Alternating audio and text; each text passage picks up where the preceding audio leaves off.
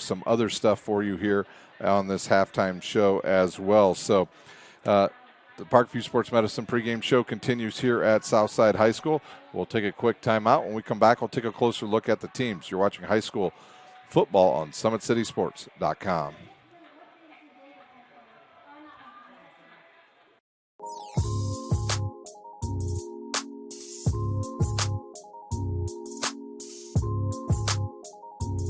There are tons of benefits to using compression therapy, but my favorite are speeding up muscle recovery, reducing swelling and inflammation, and improving my athletic performance.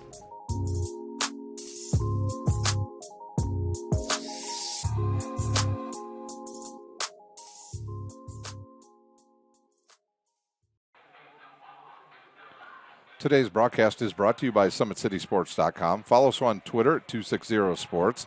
Like our Facebook page, Summit City Sports, and be sure to subscribe to our YouTube channel. Kelly Automotive Group is Indiana's #1 automotive group with over 1,000 new vehicles and 500 pre-owned vehicles to choose from. Please visit drivekelly.com. Simple, transparent, reliable. Tom Steel Tires has been servicing the Fort Wayne area for over 40 years. They'll help you find the perfect tire for your vehicle. They've got other auto repair services like brakes, wheel alignments, and engine diagnostics. Big Eyed Fish has been around the Northeast Indiana area for generations. Like their Facebook page for updated promotions. Enjoy the best fish in Fort Wayne in a family-friendly environment at Big Eyed Fish. You're invited to join ProFed Credit Union, where we get to know you. To better serve you, sign up online in 5 minutes or stop by a branch. Join ProFed today and start owning your own financial future at profedcu.org. At Ottenweiler Contracting, we invest in our customers by providing peace of mind during the entire process. From bid to build, visit OttenweilerContracting.com. Summit Volleyball trains and builds the highest quality volleyball player in the area from ages 5 to 18. Our players are equipped with elite level skills and a foundation of life skills. Jump on board together we can reach the summit. Anderson Heating and Air Conditioning is dedicated to providing the best possible solution for your home or business. A system and solution that fits your unique needs. Visit AndersonCoolHeat.com. Alice Teca Mexican Restaurant has been servicing Fort Wayne since 1973. The recipes are sure to tantalize your taste buds. Visit AliceTecaRestaurant.com. iCryo specializes in whole body cryotherapy, body sculpting, cryofacials, infrared saunas, and compression therapy services. Check out Jalen Smith's signature location on Coliseum Boulevard by Blaze Pizza.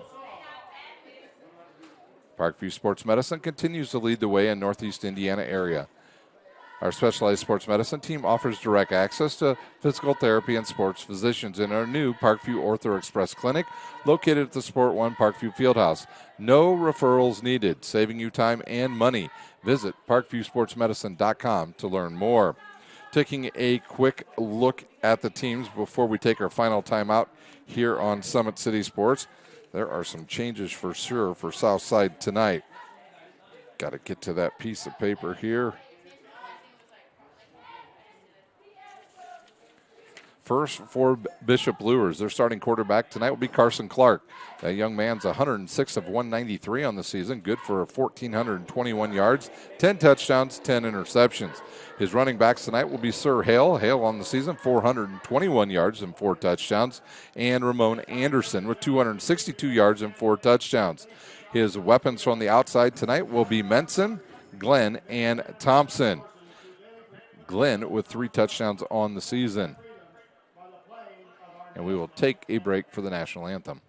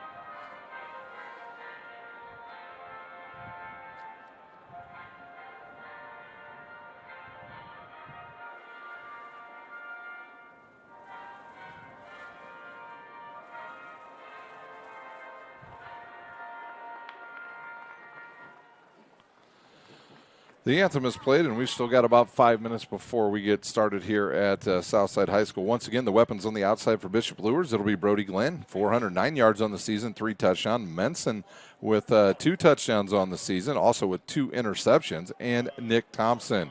We thought Pineda was going to be the kicker tonight. We find out tonight a young lady will be doing the place kicking tonight. That'll be number 19, Sydney Strack. Their main player on defense, the linebacker Mason Deering, with 66 tackles on the season.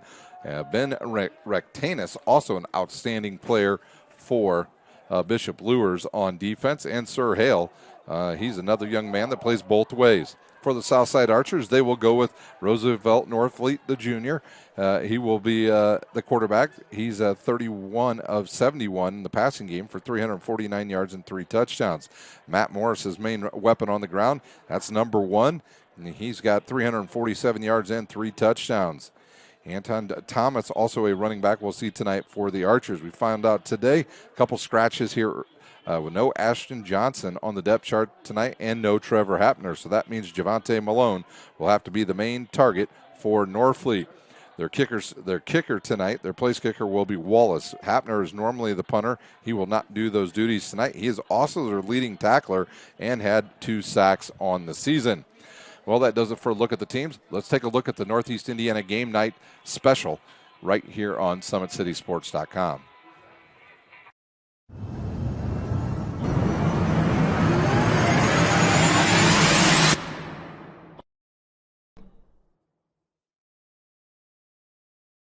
Bishop Luers is traveling to Southside.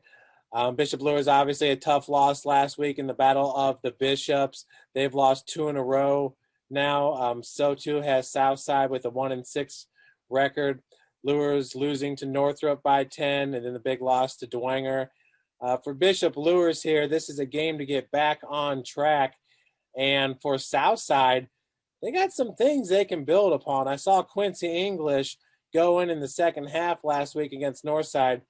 2 of 9, 69 yards, 1 touchdown, 2 interceptions.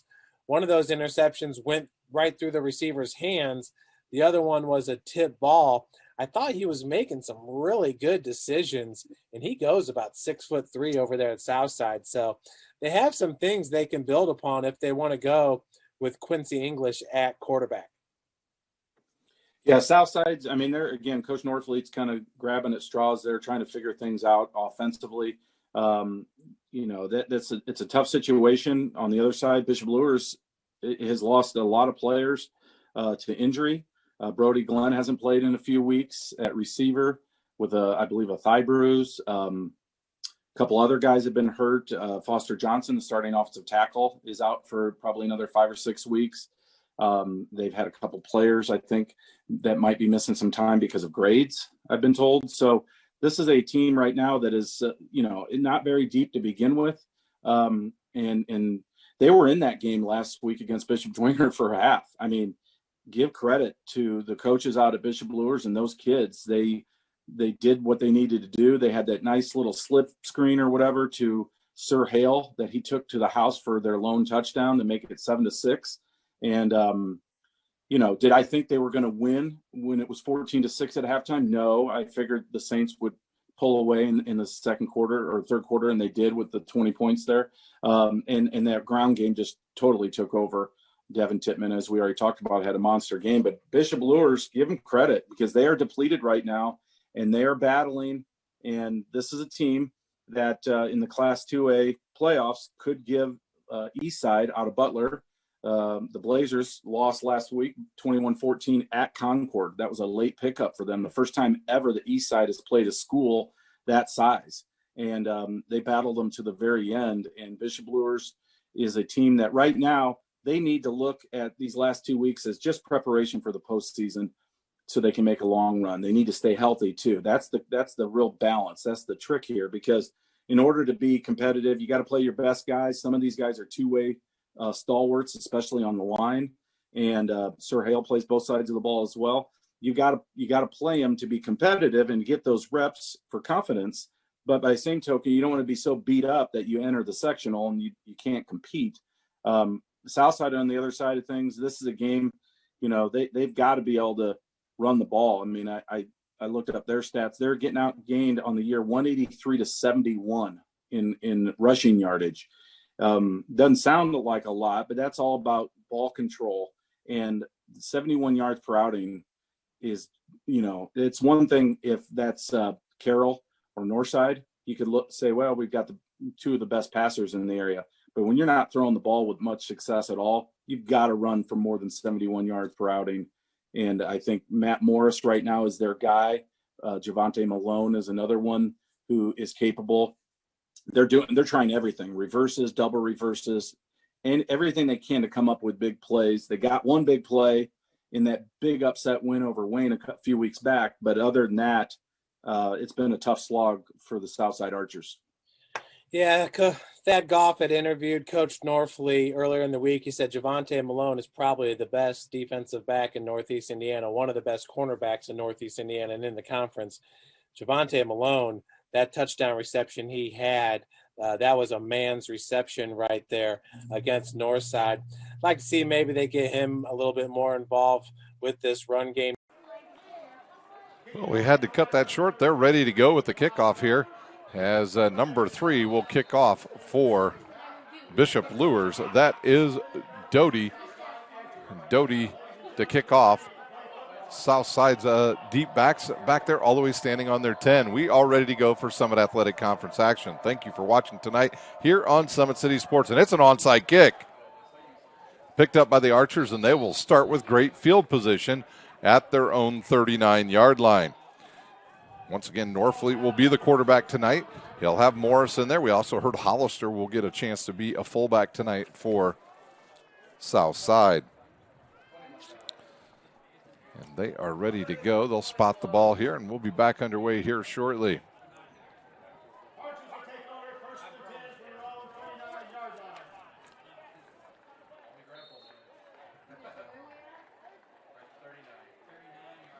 And that looked like number 11 was going to be a quarterback. Quincy English. Here's the snap. The give, right up the middle. Big hole and a good start for the Archers. Morris with the big run right away for Southside. You can check that out on the Traction AP replay. So some different players starting as English is at quarterback tonight for the Archers. He'll stay in that pistol formation. He'll put Morris off to his right this time. Good first play for the Archers. They are in Luers territory already. The snap. The lefty will look. He'll fire over the middle. He's got a receiver wide open, and another big chunk play for the Archers. And we've got a flag on the field. We'll take a look at the Traction AP replay here.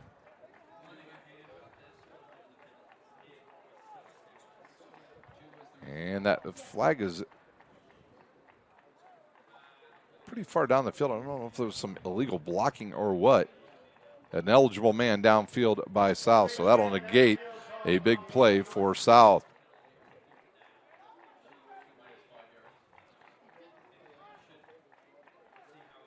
And so they're going to move this back 5 yards, I believe. And that'll bring up a first down and 15. And the ball will be placed just on the Archer side of the field. But they've had 2 big chunk plays here early already. Bishop Luers will stay in their 4-3 defense once again. Luers likes to challenge teams. They like to make teams throw the ball. Snap. English looks out here to the near side. He's got his receiver, and another big chunk play for Southside, and that's enough for a first down. Kamari Bragg with the catch, run, and the first down for South. They've got basically 3 plays, and they've gone about 30 yards already here early in this first quarter, 11:09 to play. We've got some wind blowing through here, Thomas. Got some wind blowing through here, getting all of our papers tonight. So South into Luers territory. The ball rests at the 39. English will keep his lone running back just to his left. They got an offset running back to the right. He'll look, fire to the outside. He's got a wide open receiver. Good blocking on the outside by the Archers, and another good pickup of about 7, maybe even 8. Malone with the catch.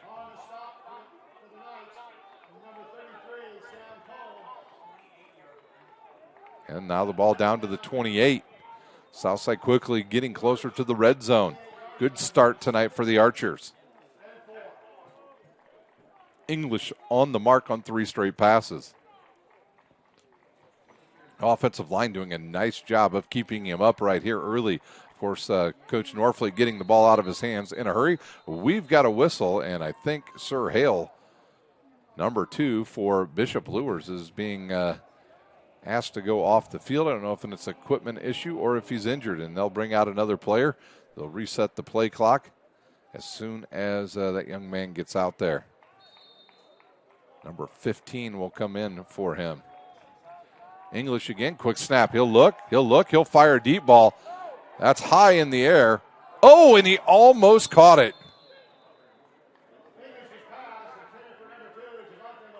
Malone again, the intended target. It was underthrown, and the only person that could get to it was Malone. If he caught that, he would have been right at about the 1 yard line. So it'll be 3rd and 4 now for Southside. We'll see if they continue to pass or if they try to get the ball to the running back, Morris. English doing a nice job of throwing the ball around the yard so far here early for the Archers. And we've got a flag on the field. Was it delay of game? Illegal. And I would believe a delay of game called on South. So that'll march them back 5. It'll be now 3rd down and 8.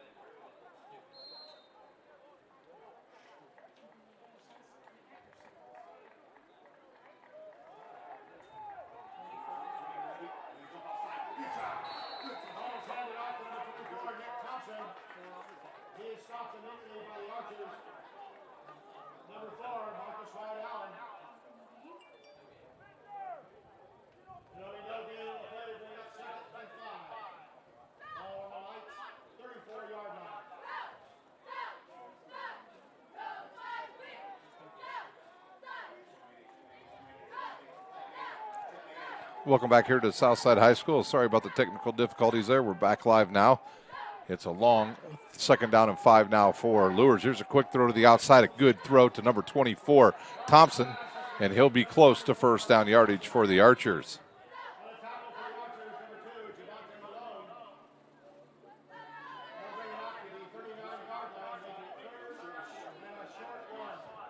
Third down and 1 now for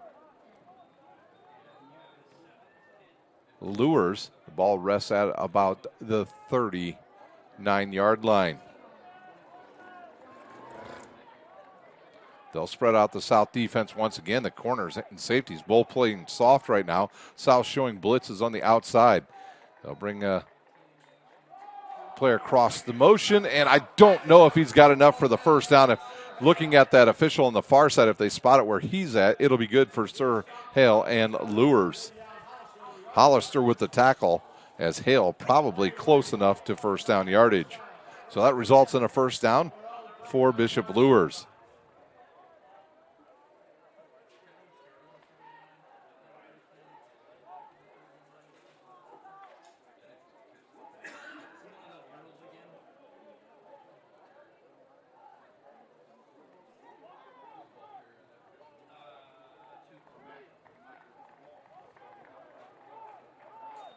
Here's a give to Hale. He's hit in the backfield, spins out of it. Now brings it to the near side and gets close to about 4 yards on that carry. He was hit about 3 yards deep in the backfield before he was able to break out of the tackle and pick up some necessary yards for Bishop Luers. And that's even close to a 5-yard gain for Sir Hale.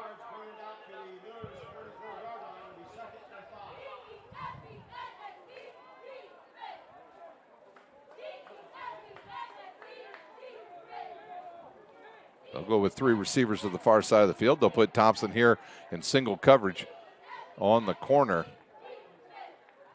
The snap, and Carson Clark will now roll to his left. He's got some open real estate over here, and he'll get out of bounds and pick up the first down for Luers. Vasquez with the tackle.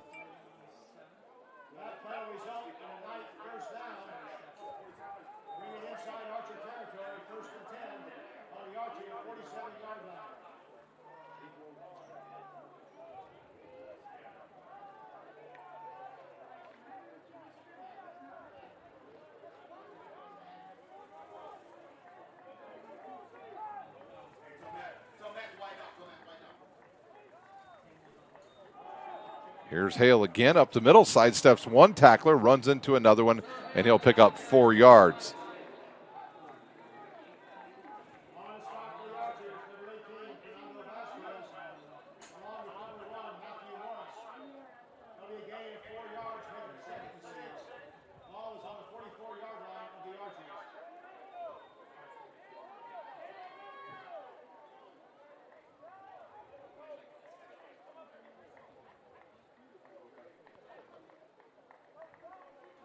Clark now with Hale off to his left, 2 receivers to each side. Clark will straight drop, throws to the outside. He's got his receiver out there, and it's a little behind Thompson, and it's a drop.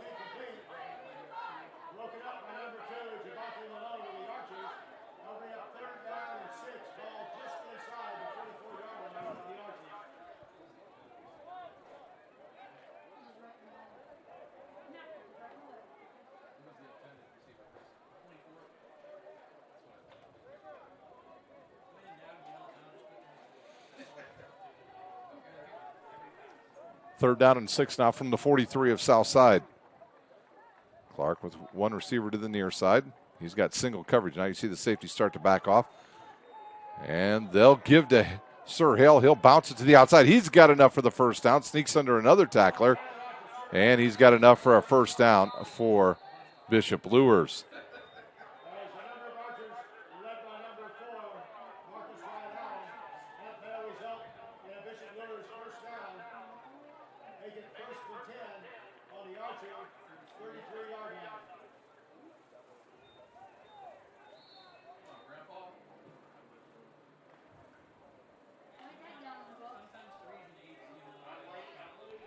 The ball sits at the Archers' 33-yard line with 5:50 to play here in the first quarter.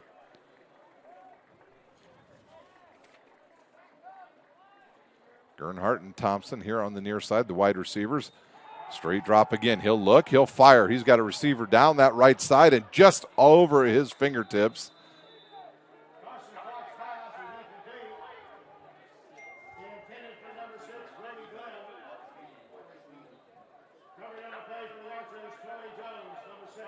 So that'll bring up, once again, second down and 10 now from the 33.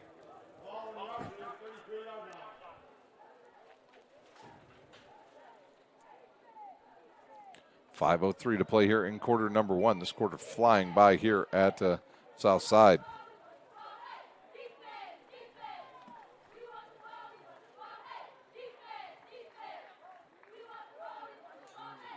Clark almost got him to jump. Hale gets around one player.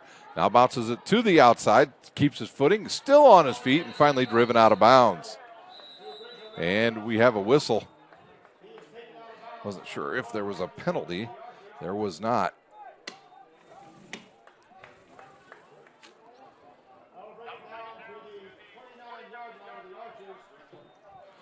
So the ball sits on the 29, 3rd and 6 now for Bishop Luers. Both teams trying to establish the ground game here early.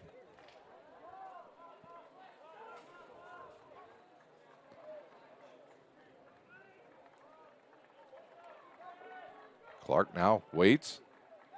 Hale stands to his right. He'll look, he'll fire, he'll throw in. That's just too far. He had two receivers basically running the same deep post route out there, and he throws it between them, and I don't think their kicker has enough leg from this distance, so I'm sure they're going to go for it. Southside, do they have a defensive stand here on 4th and 6? You know, to try a field goal here, it's roughly about a 46-yarder, and they've got a new kicker tonight, Sidney Strack. Southside needs to be king on the quarterback as well, trying to run the ball. I'm sure they're going to put him in some type of run-pass option here. They'll put number 6 way up at the top of the formation. Brody Glenn, their leading receiver. Thompson and Gernhardt here to the near side. Snap, he'll look left.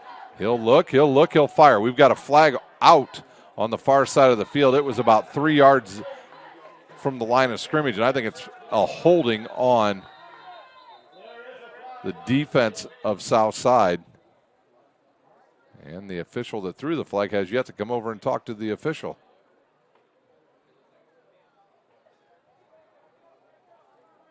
It might be a sideline warning on. It was a sideline warning on Bishop Luers, and that will be a turnover on downs, and the Archers will get the ball at their own 29.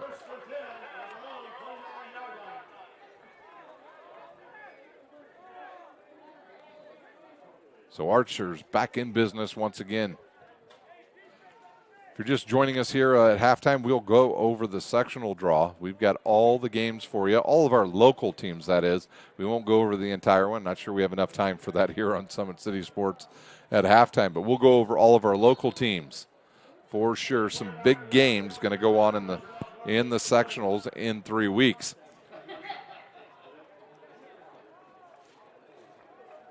Here's the snap, the give. Morris through a couple tacklers, bounces off another one. He's got room to roam again. Matthew Morris with another big run.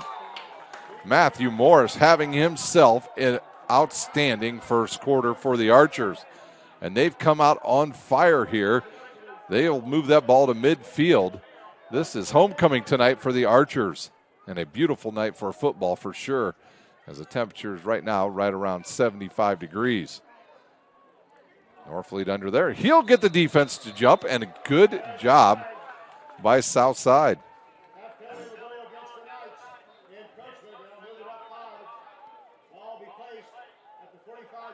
So that'll move it up 5 yards. So 1st and 5 now for the Archers, and they can do pretty much anything they want here on this down, to be honest with you.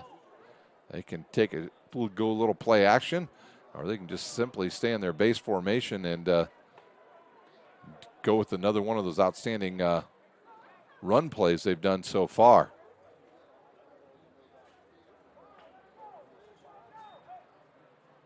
Now the ball spotted directly in front of us at the 45. We've got 4:25 to go here in quarter number 1. Norfleet under center. And now South will give the 5 yards back. Legal procedure on South side. It would have been the right tackle that moved just a little bit too early.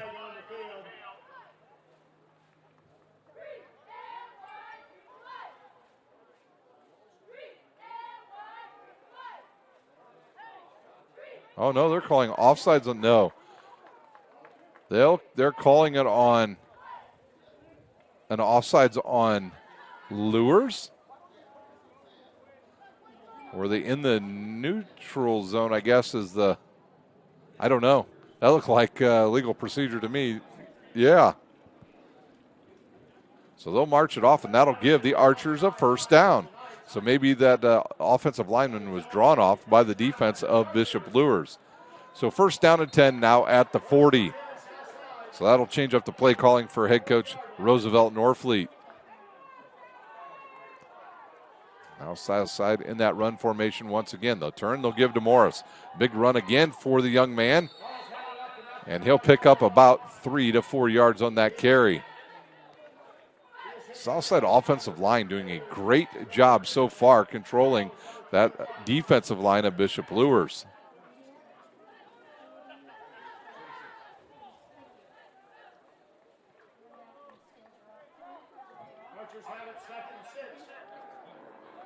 Hopefully to wait. He'll look around. He'll take a look at the defense. Now he'll go under center. He'll turn.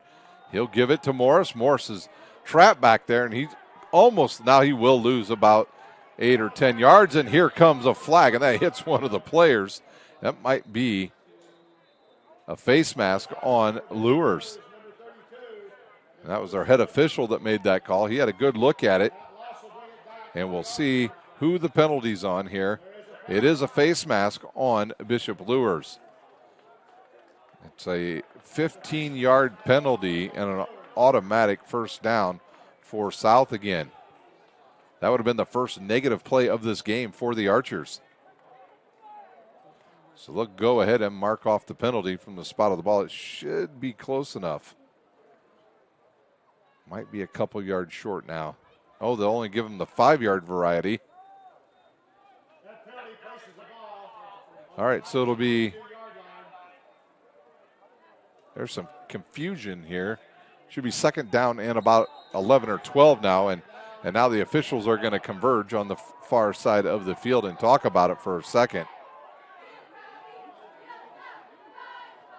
I called that on Bishop Luers, the face mask. I think they're making sure they've got the right down. And it'll be second down and 11 now for South.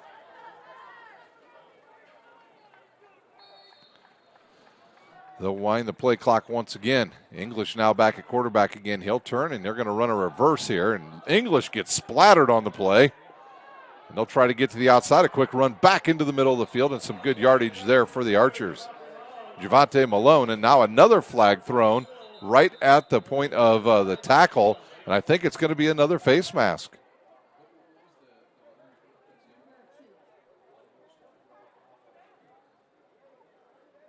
Can't imagine it's on the offense because there was nobody around for South other than the running back and the defense.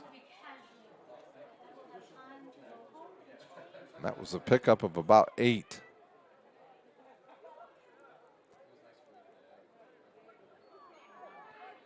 Personal foul again on Luers, and that's going to be an automatic first down for the Archers. That'll move it down close to the 20-yard line. It'll sit just outside of the 20 at the 21. So Southside getting close to the red zone once again with 3:44 to go here in the first quarter. This quarter was flying by about 5 minutes ago, and now it's ground to a halt. All right, English once again. He'll be the quarterback. They'll spread out this Luers defense. Here's the snap. It's an option. Oh, there's a dangerous pitch. And the Biscuits on the ground, and it's picked up by Luers, and they will be in business at their own 25.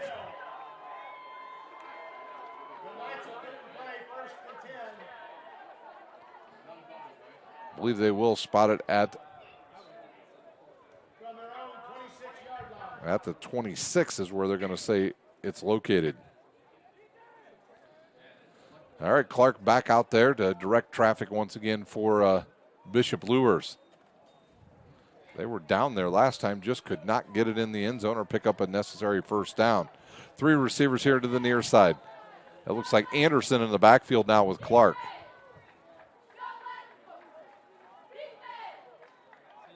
Snap, the give. No, that's Sir Hale again. He'll pick up big chunk of yards again, and he'll get enough for the first down.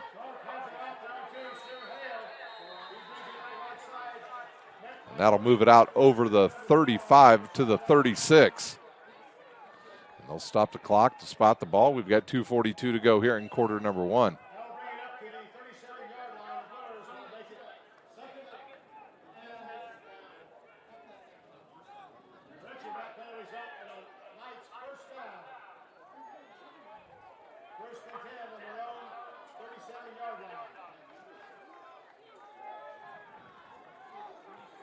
Clark now with Hale just to his left. He'll stay in the pistol formation. He'll drop, he'll look, he'll fire. Over the middle, ooh, to Gernhardt, and a defensive player of Southside had a bead on it and just let it go. Javante Malone right there and decided not to go up and catch the ball. And his coaches are standing there and saying, you had a pick there, young man. So that'll bring up 2nd down and 10 now. That ball just sailed on the quarterback. Our wind coming out of the west for the most part here this evening.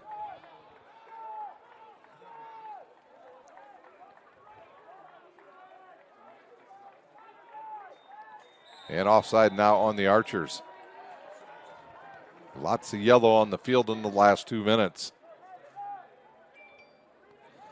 That'll move it up 5 yards. 2nd down and 10 now with 2:27 to go here in this first quarter from Southside High School.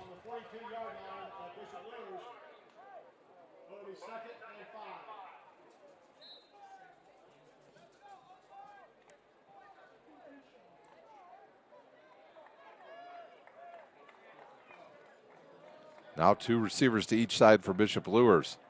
Hale in the backfield.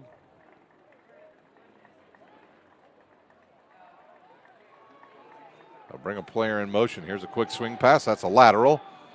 And a good catch. Number 11 with that catch. And he'll get enough for the first down.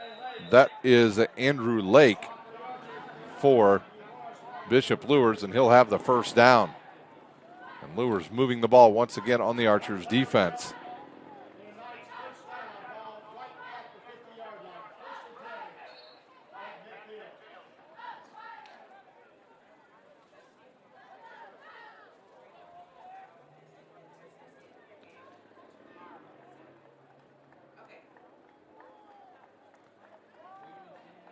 Clark patient back there. He'll wait. He'll get the snap. He'll give to Hale. Big hole there for Sir Hale, and he'll pick up about 4 or 5 yards for Bishop Luers. And here comes some more yellow on the field. And the Southside players are pointing that that's going to be on Bishop Luers.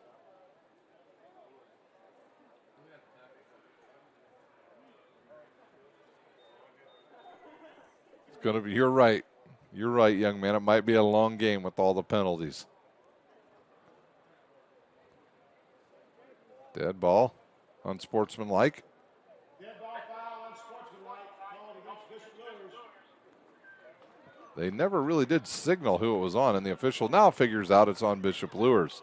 It'll be a 15-yard penalty and move back Bishop Luers, and it'll be 1st down and 20.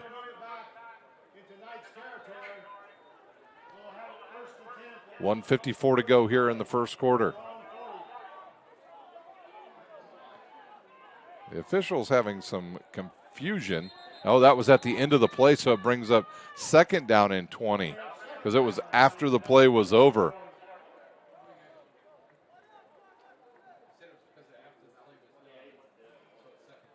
So it was a dead ball personal foul on Bishop Luers. It makes it 2nd down and 20 now from the Luers 40.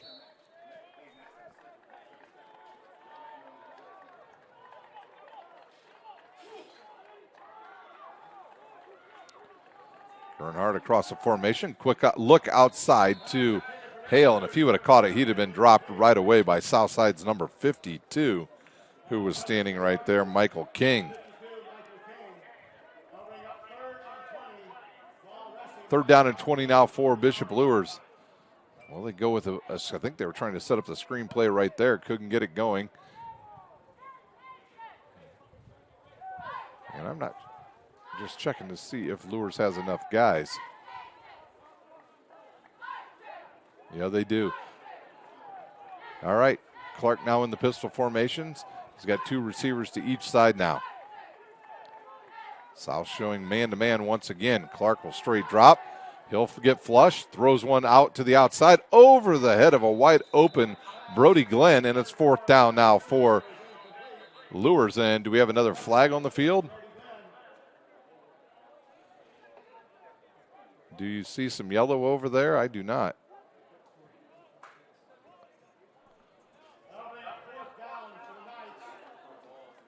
I'm not sure. Lots of confusion tonight with the officials. They say an illegal shift on Luers. That penalty's declined, so that'll bring up 4th down.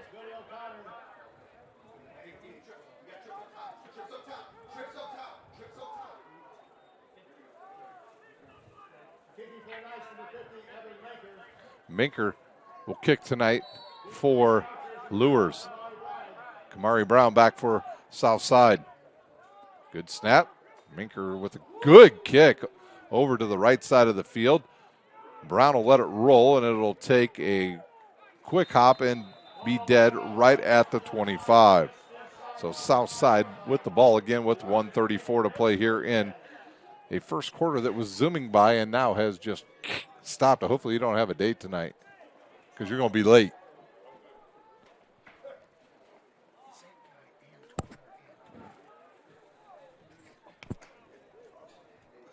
No help, bud. Sorry.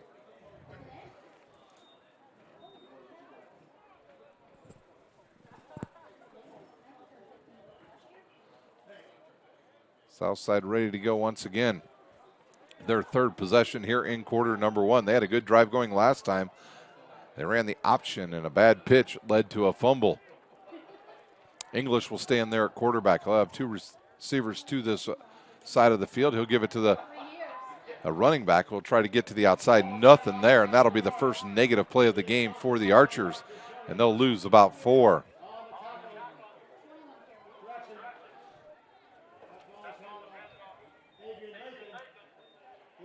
Adrian Macon with his first carry of the game.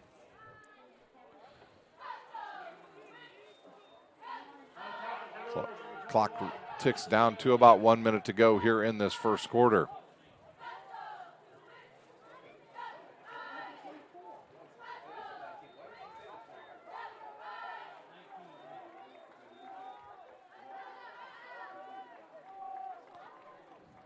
English again, a low snap. He'll run it right up to the middle. There's some open real estate there, and he better hold on to the ball. He does.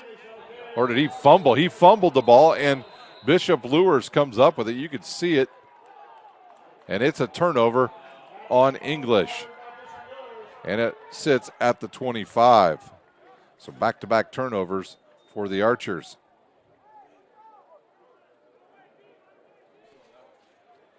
That ball was hanging out there by a loaf of bread. Just like a loaf of bread. You see it? It was just hanging out there. You could see that guy coming from the backside, and he was able to knock the ball out for Bishop Luers. So Carson Clark in business here at the 25 of Southside.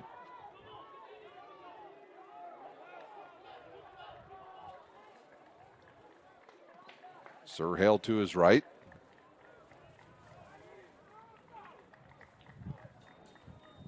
And they'll give to Hale. He'll bounce it to the outside. He's got some blockers out there. He'll keep going towards the sideline, takes a shot, and goes out of bounds.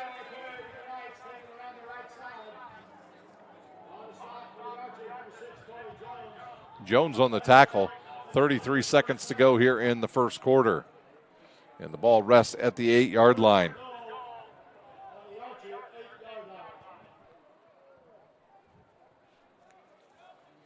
Southside trying to get set up here on defense.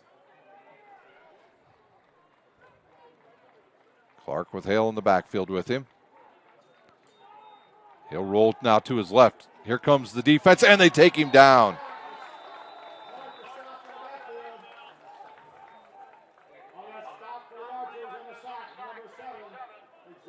Hollister with the tackle, and we'll see if Bishop Luers elects to run another play here. Can't tell if that is a 40. No, it's under 10 seconds. And I think they're going to, well, maybe they are going to snap the ball again. Clark now waits, and he missed it by about a second. That does it for quarter number 1. We'll take a timeout. When we come back, we'll have the start of the second quarter.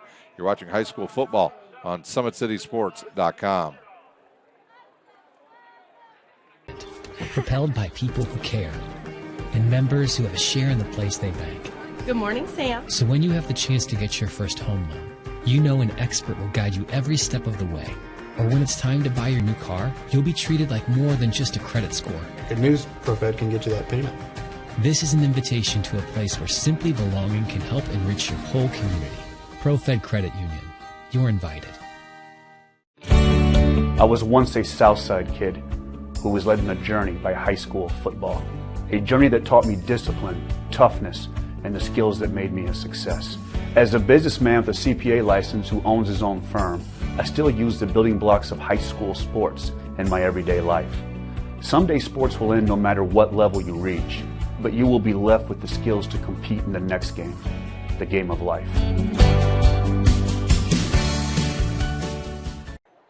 Welcome back here to Southside High School. Ready to start the second quarter. The ball's at the 18 of Southside. Another turnover, costly for the Archers. Starting the second quarter, the Archers have a first and 10 from their own 18-yard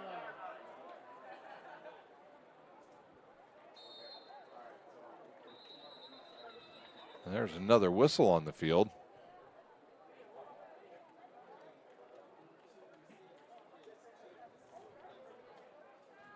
Looks like the chain gang is a bit. Actually, no, it is second down and goal from the 18 after the loss of yardage. Here's Clark now. They'll bring a receiver behind the formation. He'll look, he'll fire, throws it into the middle. He's got an open receiver. It's Sir Hale. He'll bounce to the left, and he's got room to run, and he will score for 18-yard touchdown in the second quarter on the first play from Clark to Hale from 18 yards out. And we're going to get our first look at Sydney Strack.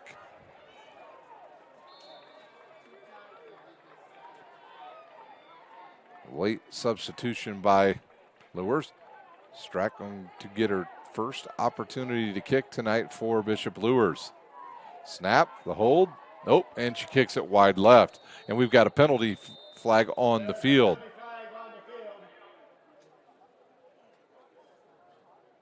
And we'll see who this is on. It's going to be on Luers. So it's 7-6 South Side here. And we'll take a quick timeout. When we come back, we will have the kickoff. You're watching high school football on SummitCitySports.com.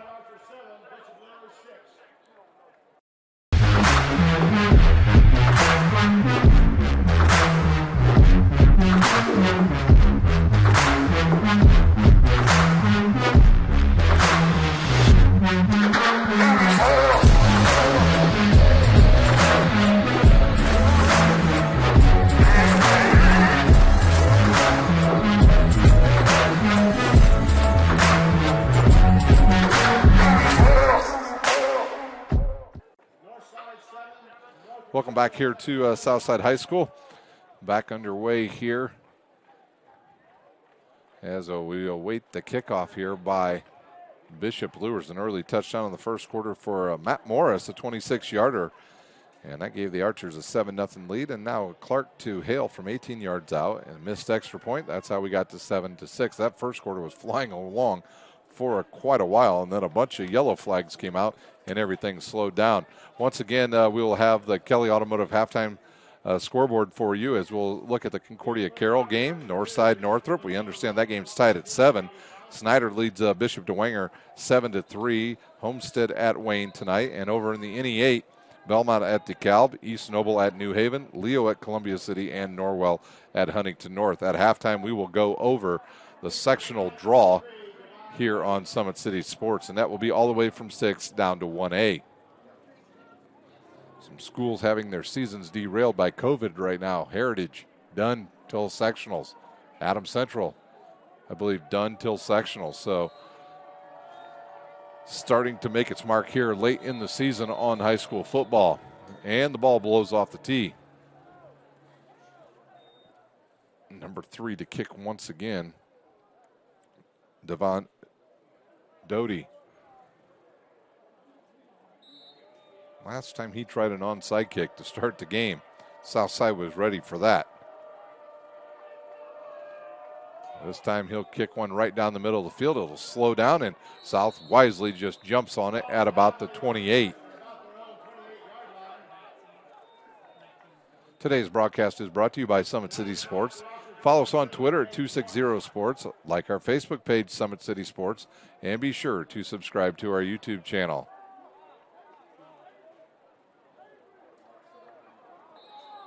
Archers are going to play first and 10 for their own 28-yard line. Not sure if the Archers know that the play clock has already started, and they are still waiting to get the play. Looks like Norfleet's going to be the quarterback once again. The play clock already under 10 seconds. Down to 6, and they're going to have to go here on short time. He does not realize it. Now he gets under center, quickly hands it off to Morris. Morris bounces it to the right, and he'll pick up positive yards once again. About 4 on that for that young man, and I think I would just keep giving him the rock. That play has worked all night until Luers figures out how to stop it.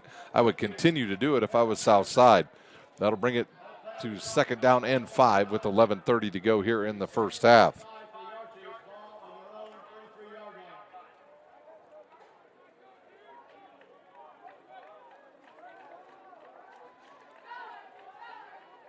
They'll show run formation once again. Norfleet now turns, gives it right to Morris again, and same play results in a first down. Morris again on the carry for the Archers, stopped by Mahoney. That play result for the Archer, first down. Will third time be a charm here.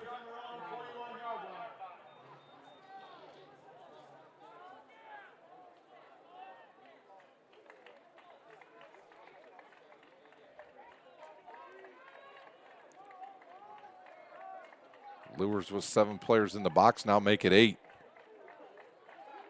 And the turn, and they'll try to give it to Morris again. He'll spin off of one guy. Can't get back to the original line of scrimmage. He'll lose about 1 on the play. Doherty that time with the tackle for Luers. The kicker, Rinker, in there as well.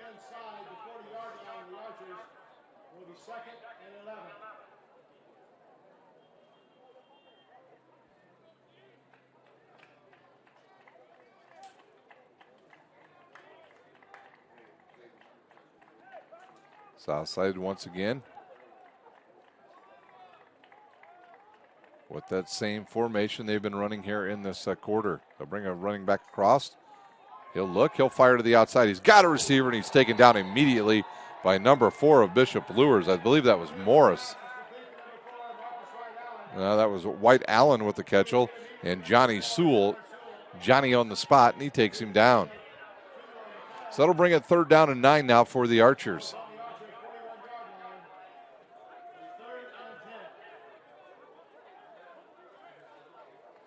So Southside going with alternating quarterbacks on each possession. This time it is Norfleet back there at quarterback. Play clock once again under 10 seconds. Make it under 5. The snap. Norfleet will look. He'll fire. Over the middle. He's got a receiver. It's a high toss and tipped. And hits the back of Thompson. Malone had a beat on it, and Malone down on the field. Now up, being helped up by one of the other wide receivers, and it'll bring up fourth down and 10 now for the Archers, and they'll have to punt. And they do not have the services of their all-conference kicker from last year, Trevor Hapner, injured tonight. So it looks like number 3, if I can see that number correctly, Devontae Williams. And we'll see what kind of leg Devontae Williams has. And we have a whistle and a timeout, Bishop Luers. We'll use one as well. You're watching high school football on SummitCitySports.com.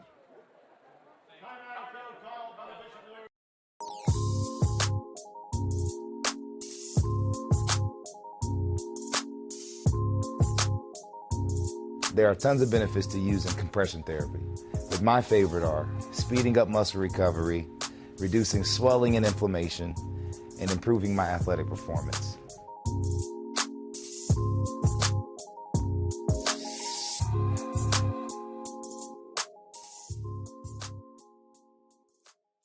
On my jetpack.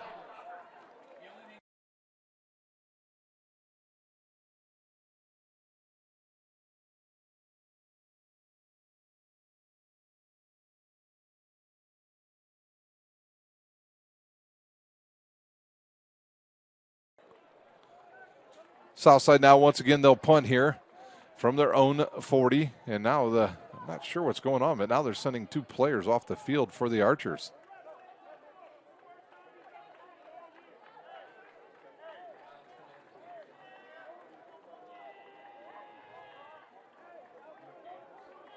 The officials tonight, quite a bit confusion. And now Williams will wait. That's a good snap. And Williams now will take a big, nice kick by Williams. He blasts one down to the 35, the 25. Sir Hale with it. He's got some room on the far side of the field and gets into Southside territory, and he'll be dropped at the 45 of Southside. So Sir Hale puts his team back in business here in quarter number 2.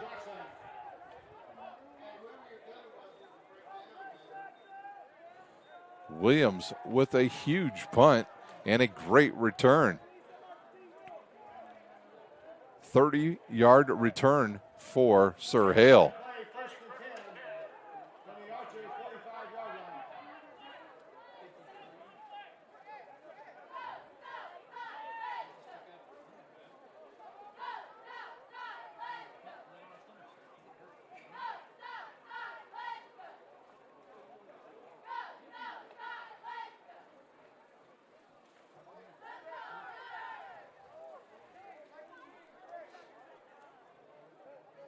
Do we have an injury on the far side of the field? We might. Or are they fixing the chain?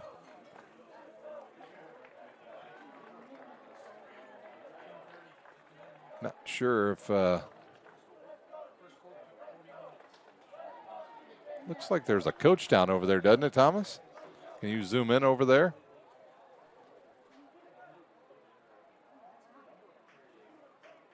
It was a player that was injured, and that was Hale that was down. Maybe he got wrapped up in the chain. Yeah, it's probably what happened to him. He got wrapped up in the chain because it was right over there where they originally started at with the punt. So Sir Hale looked to be okay when he jumped up. So here comes Ramon Anderson into the game now for Luers. Clark will wait. It's been an odd first half.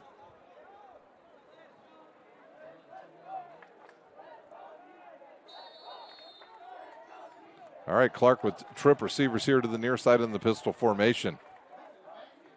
Glenn up at the top of the formation on single coverage. He'll look, he'll fire over the middle. Ooh, almost picked off by the Archers. That was good defense. Was that Morris? That was Morris on the coverage for the Archers.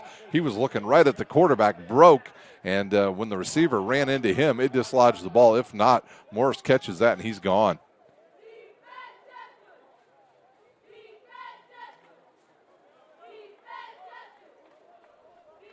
.9:01 to go here in the first half.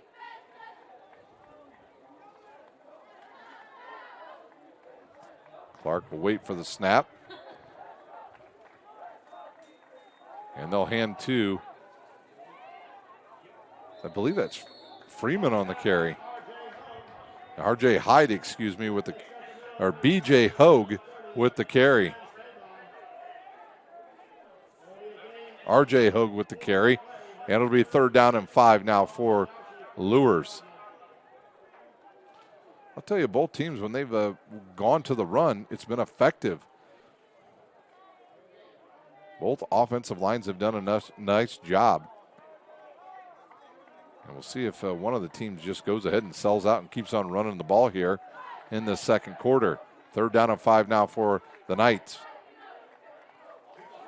And a false start on Bishop Luers, I think, on that the right side of the line. And that will move back Luers another 5.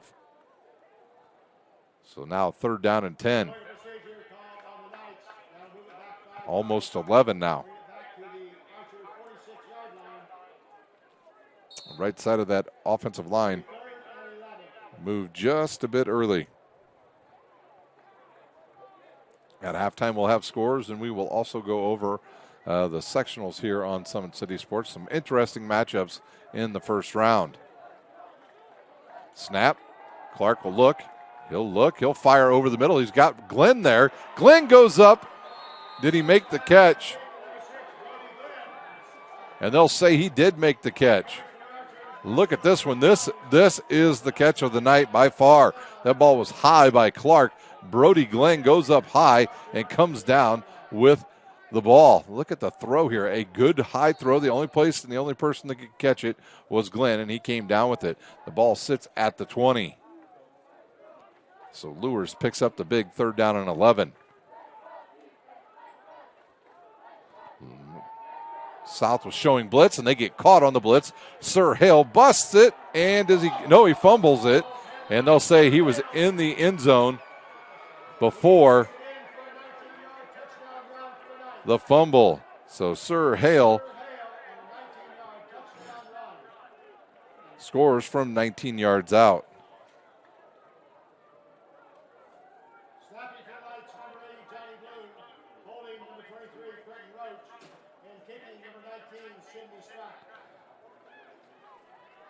Stack will try her second attempt here tonight with 7:31 to go here in the first half. Did they run out of kickers? They did not. They're going to go for 2. So Bishop Luers will go for 2. And now a flag comes out.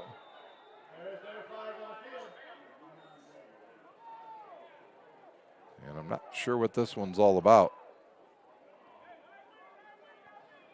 I don't know if they called a unsportsmanlike on an archer because somebody's coming off the field.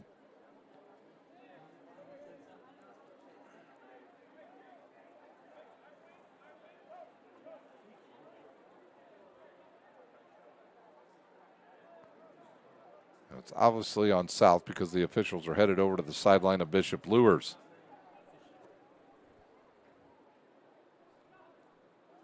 They'll talk to head coach Kyle Lindsay. They want. I think what they're telling him is you can either have this on this play, half the distance to the goal, or you can take it on the kickoff.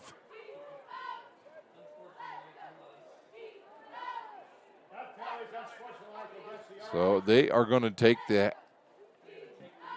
the penalty and take the half the yard towards that goal line. So now it'll sit inside the 2.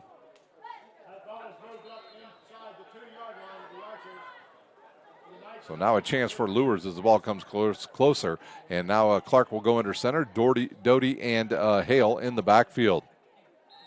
And here comes another flag.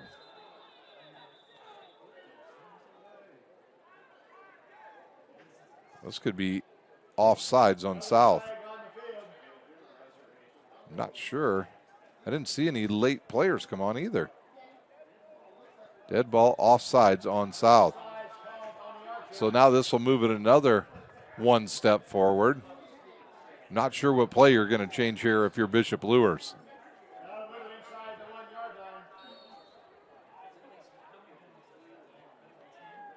These two teams are going to have more penalties than the Buccaneers last night.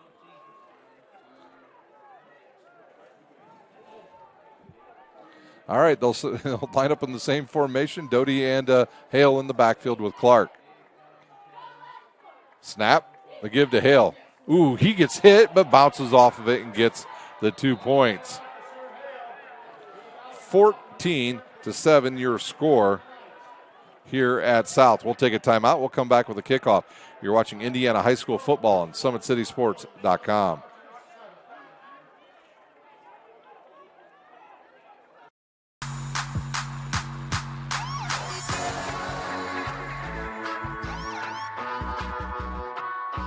I choose to do whole body cryotherapy after practices, games, and training.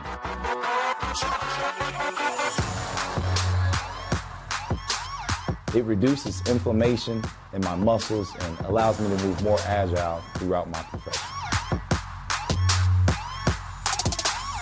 I became a believer in iCryo after my severe injury in college at Notre Dame, tore my ACL, and I was looking for ways to recover, ways to get back on the field. So I'm thankful for iCryo.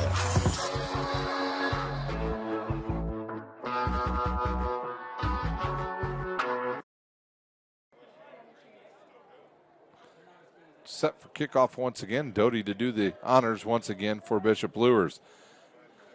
Coming up at halftime on the Kelly Automotive scoreboard, we will take a look around the area at scores, and then we will go over the sectionals from around the area in 3 weeks from this Friday night.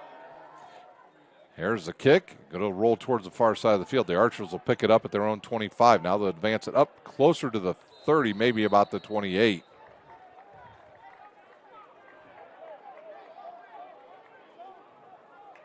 Ball stopped by the host of the Luers tacklers.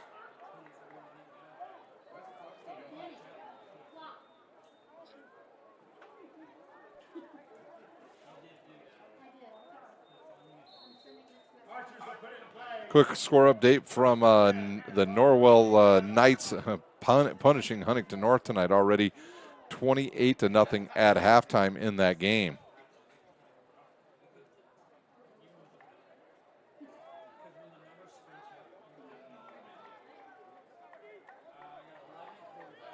English at quarterback once again. They'll bring a receiver across the formation. He'll look. He's looking. He'll fire. Oh, there's a hit. And no penalty called on that. And they, number 4 for Johnny Sewell, just absolutely tackled the wide receiver and no penalty called. That'll bring up 2nd and 10 for the Archers. Well, it was good patience there by English and some good offensive line play there by the Archers and no penalty called. For an officiating crew that has, maybe they've worn their arms out already throwing the yellow flags. So they don't call one there, so English will come over, get the play from Roosevelt Norfleet, and he's pleading his case to the officials.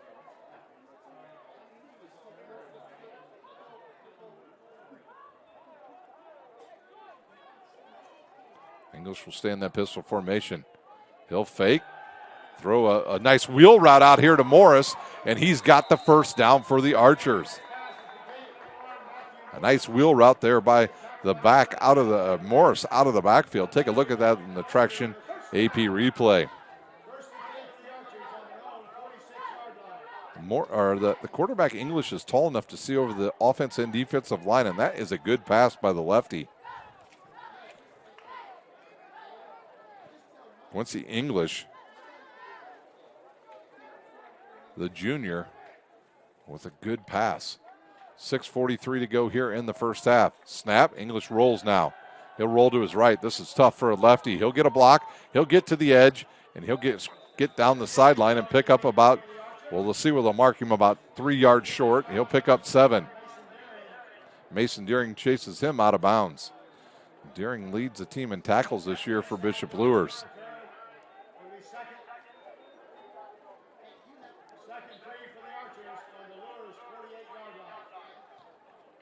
So South once again in Bishop Luers territory at the 48.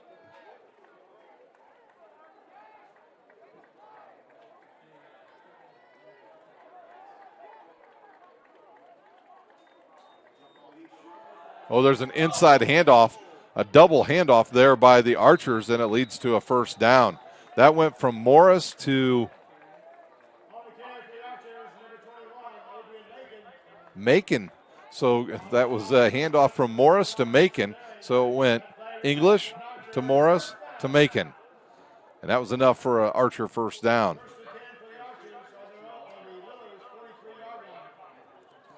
So a little trickery there by Southside. And they pick up a first down, and that clock continues to roll as it's 6:10 left here in the first half. The Archers' first 3 drives were really good. They've stalled out in the last 2. And again, they'll bring a player across the formation. They'll hand it right up the middle. See who that was on the carry. Malone with the carry this time for the Archers. Hard to see those numbers. It's a good thing we got good spotters here.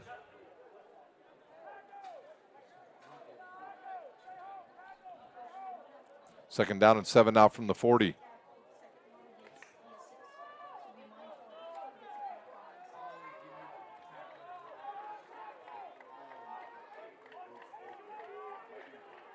English will wait. Nope, nothing called there. There was a couple people that moved, and then another run right up the middle.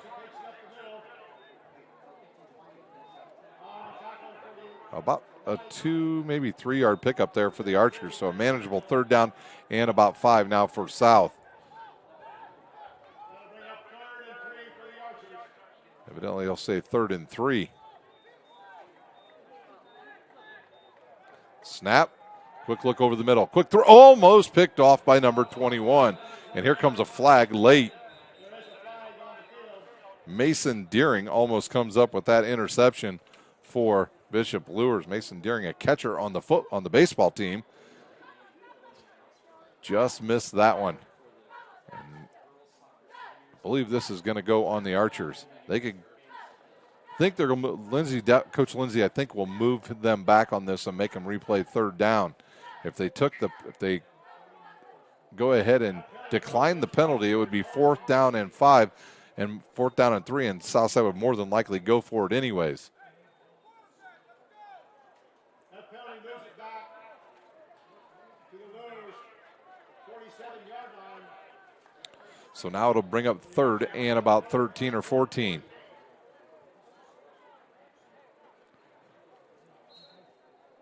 If you're the Archers here, you may think about, hey, let's get at least half here, and then we can go for it on 4th down if we have to.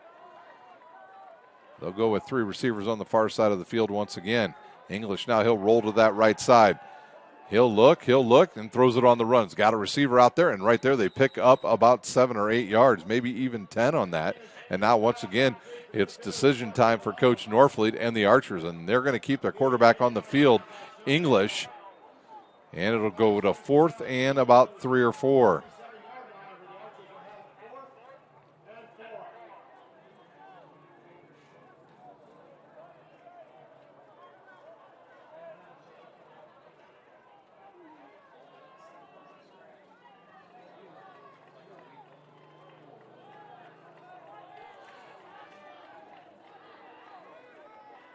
They may go with another run pass option play here. They're trying to draw off the defense. And did Coach Norfleet use a timeout?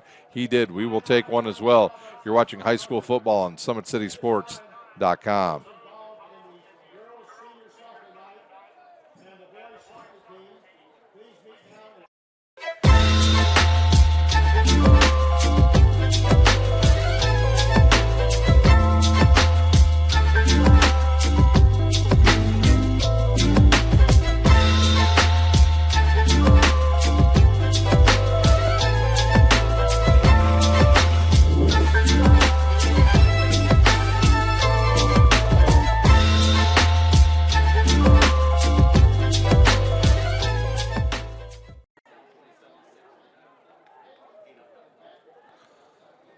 Score updates from around the area. Northside leads at halftime over Northrop, 21-14.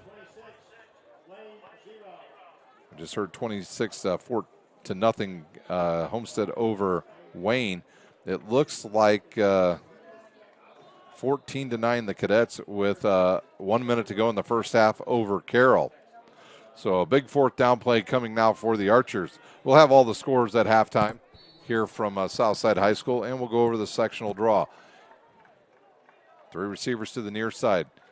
He'll roll left. Oh, he's got a receiver open. No, he's going to take a shot deep and overthrows everybody. He had a wide open receiver at about 5 yards down the field. And Mr. Quincy English is going to want that. Well, there's a flag down now, and they're going to decline it, and it'll be first down for Luers. I believe it was another hold. 4:31 to go here in the first half.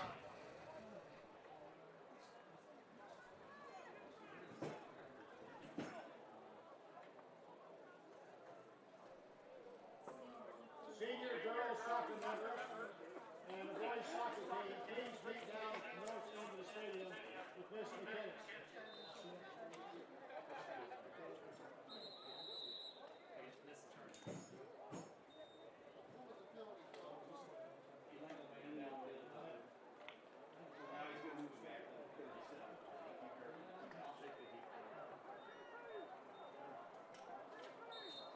And now the officials have spotted the ball, and we are ready to go.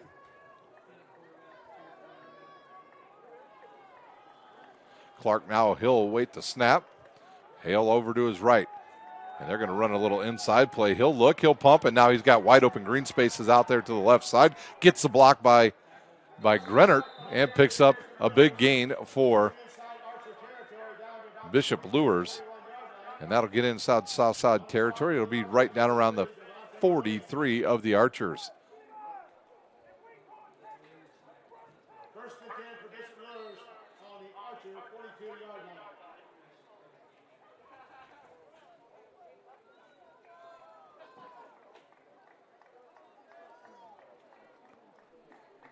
Clark with 10 on the play clock. He'll give to Hale. Hale busts it to the right side and now gets a good block and picks up positive yards again. He'll pick up about 4 or 5 for Luers. And we are under 4 minutes to go here in the first half. Second down and 7.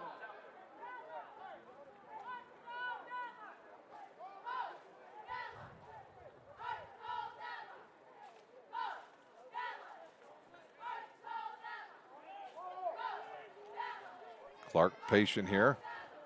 He's looking over the defense here and looking down at this play clock here, and in no hurry. He'll wait under 5 seconds and snaps it with 1.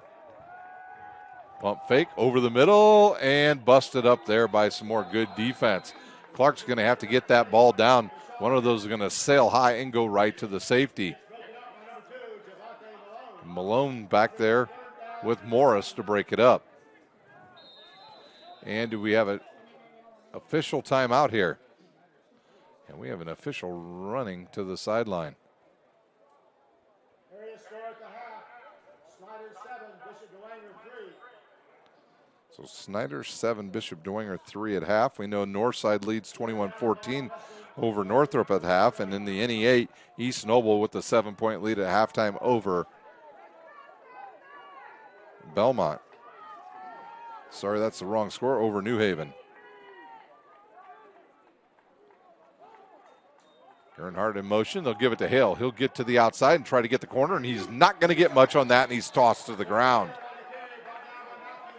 Matthew Morris comes up from his corner position and takes down Hale. So 4th down and long now for Luers. And we'll see if they decide to punt or go for it here at the south side 39-yard line. Southside has to be very smart here on that defensive line because I'm sure Clark's going to try and draw him off. I believe Bishop Luers only has 1 timeout remaining here in this first half. Clark will look around now. And he is trying to drive. Now he will snap it. He'll look.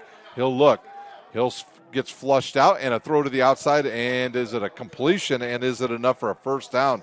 Ooh, that is going to be really close.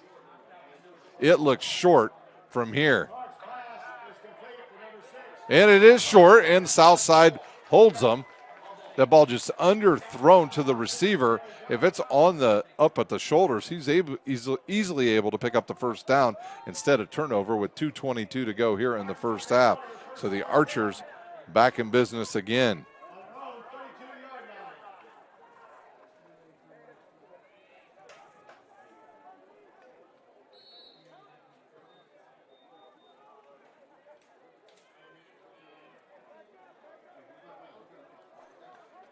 See who comes out at quarterback this time. I believe it's going to be Norfleet. It is.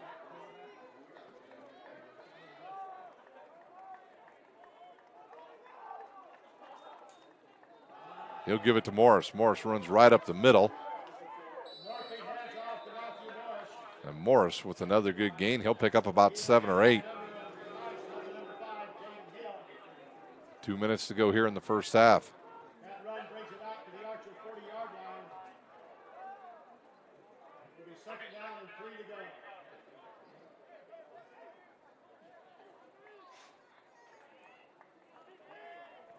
Norfleet under center again. He'll give it to Morris again. Doty there, had him, got out of it and picks up the first down. Doty hit him way too high. I think he was trying to strip the ball that time. Couldn't, and Morris just too strong, and he picks up the first down. Southside's got to get up to the line of scrimmage. That ball now out to about the 44. 1:45 to play here in the first half. And it looks like English into the game once again. The lefty will roll. Nope, he stops and he's swallowed behind the line of scrimmage by Doty and a couple other players. Number 50 for Luers there as well. That is Evan Linker. And that's a big loss for the Archers. It'll move them back about 4 or 5 yards. And that clock continues to run. 1:27 to play here in the first half. Kanapke also in on that tackle.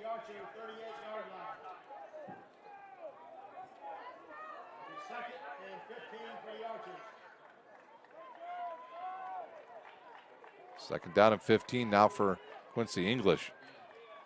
And they're showing blitz again. A good pick up there.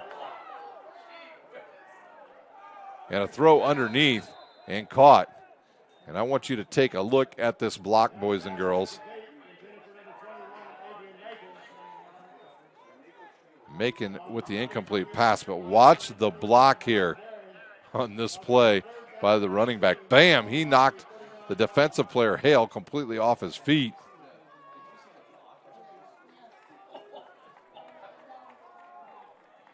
Hopefully, I'm not even sure that was Sir Hale. That might have been R.J. Hogue that took that hit. And hopefully his shoes were laced up on that one because he went airborne. 56 seconds to go here. Third down and long now.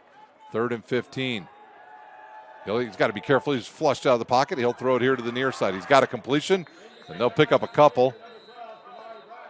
Bragg with the catch, and I think Luers is going to use a timeout. They will. Their final one of this half. We'll take a timeout.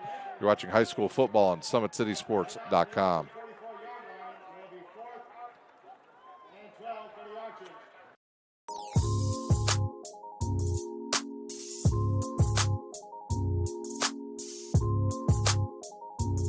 There are tons of benefits to using compression therapy, but my favorite are speeding up muscle recovery, reducing swelling and inflammation, and improving my athletic performance.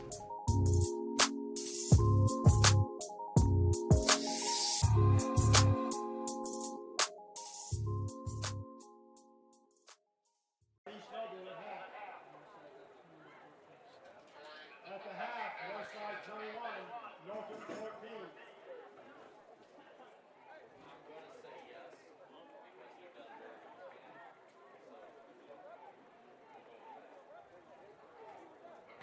Timeout over here on the field. South Side will have to punt once again. And we've got just about 46 seconds to go here in this first half. Once again, at halftime, we'll have about a 5-minute timeout. When we come back, we'll have scores from around the area, and then we will go over all of the sectionals here on Summit City Sports. So back to kick is Mitchell. Last time, he absolutely clobbered one. Hubbard with a low snap. Williams catches it, kicks it, another good one, this time to the near side. It'll take a south side hop. McInturf gets slammed to the ground, but he picks up good yardage as he gets it out to about the 35-yard line. Luers declined the first half. They won the toss. They deferred. So they may take a knee here and just get to halftime because they're going to get the ball to start the second half. There's just 35 seconds to go, so we'll see what Coach Kyle Lindsay decides to do with Carson Clark. And they certainly are not showing that they're going to take a knee.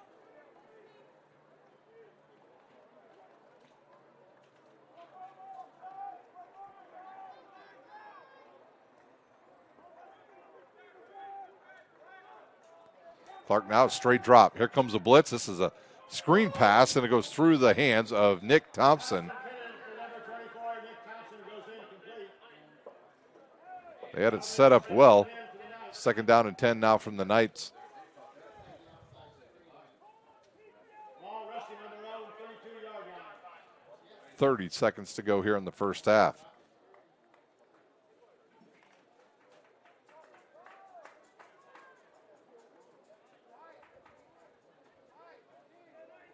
They'll send two receivers to each side. Southside still in that, showing man-to-man here. Single coverage over the top. Here's a snap. He'll look. Now keeps his feet moving. Clark now flush out to his left. Throws it on the run. He's got a receiver out there, and another drop by one of his receivers. Minson, the intended target, got some alligator arms there right at the end, didn't he, Thomas? I think he thought somebody was coming up behind to hit him. Drops it, and that'll bring it up to 3rd down and 10 now. And now if you're Southside, I believe they have some timeouts left. Even if they try to kneel it down here to run out the clock, Coach Norfleet could take a timeout and make them punt it. 3rd down and 10 now from the 32. Clark, he'll give it to Sir Hale. Hale goes left. He's got an alley out there. And he's going to pick up the 1st down for Luers.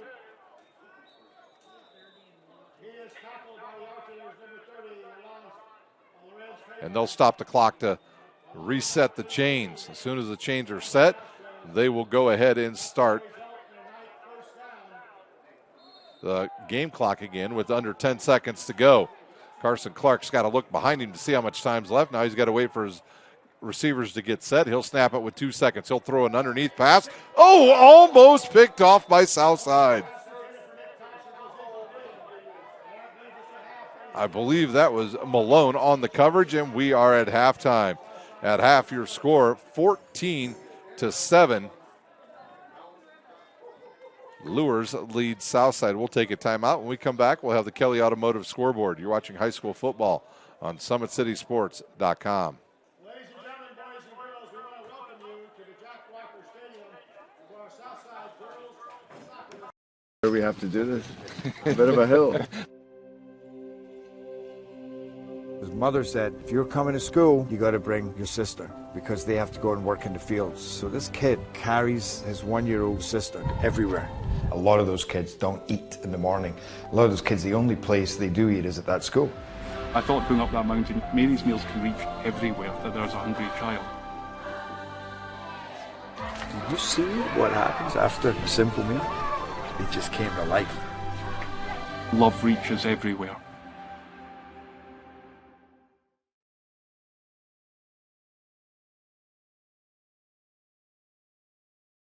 Parkview Sports Medicine's integrated sports medicine team is built to serve the needs of all athletes in all sports. Our team's only goal is to improve athletes in every facet. PSM offers performance training to help athletes get better on the field, dedicated athletic rehabilitation and physical therapy to help them get better off of it, certified athletic trainers in our PSM schools providing daily support to our athletes, and a specialized orthopedic walking clinic when injury strikes. Call 260-266-4007 to speak to our care navigators or visit ParkviewSportsMedicine.com to learn more about what we can do to improve athletes at all levels. Parkview Sports Medicine. Become more.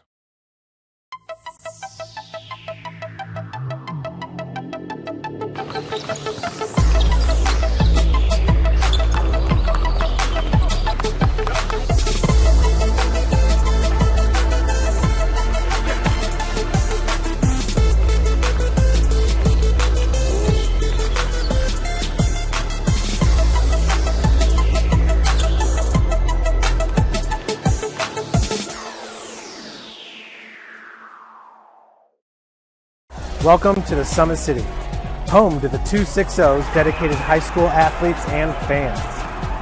Each victory and celebration captured by our camera. Treasure the highlights from the Summit Athletic Conference this season or complete games live or on demand. After all, nobody's more proud to call Fort Wayne home than SummitCitySports.com. Joint pain, sprains, strains, or a possible broken bone? Make the Parkview Ortho Express Walk-In Clinic your first stop when you have an orthopedic or sports injury. Parkview Ortho Express, located at the Sport One Parkview Fieldhouse, gives you access to quick care and orthopedic physicians when you need it most. Get x-rays, treatment, and referrals to Parkview Care, all in the convenience of a walk-in clinic. Call 260-266-4007 for more information. I was once a Southside kid who was led on a journey by high school football. A journey that taught me discipline, toughness, and the skills that made me a success.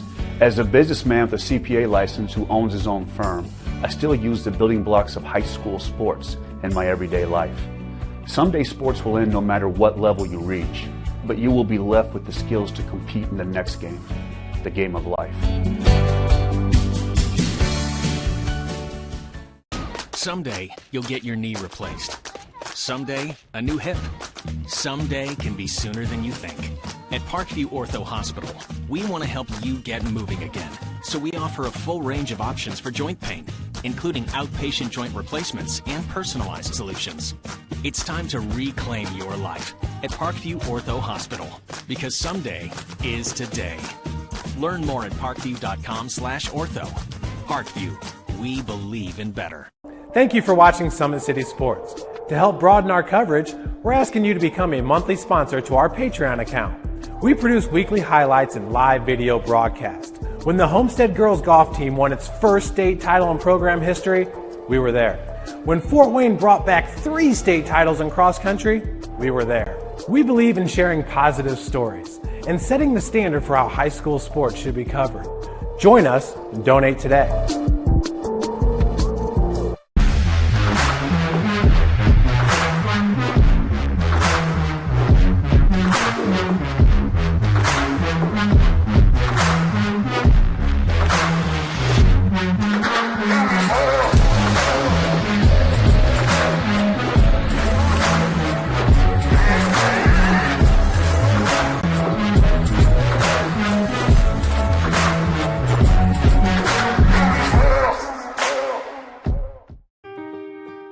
This is an invitation to join a movement propelled by people who care and members who have a share in the place they bank. Good morning, Sam. So when you have the chance to get your first home loan, you know an expert will guide you every step of the way.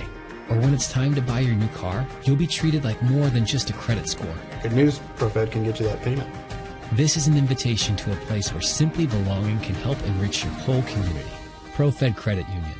You're invited.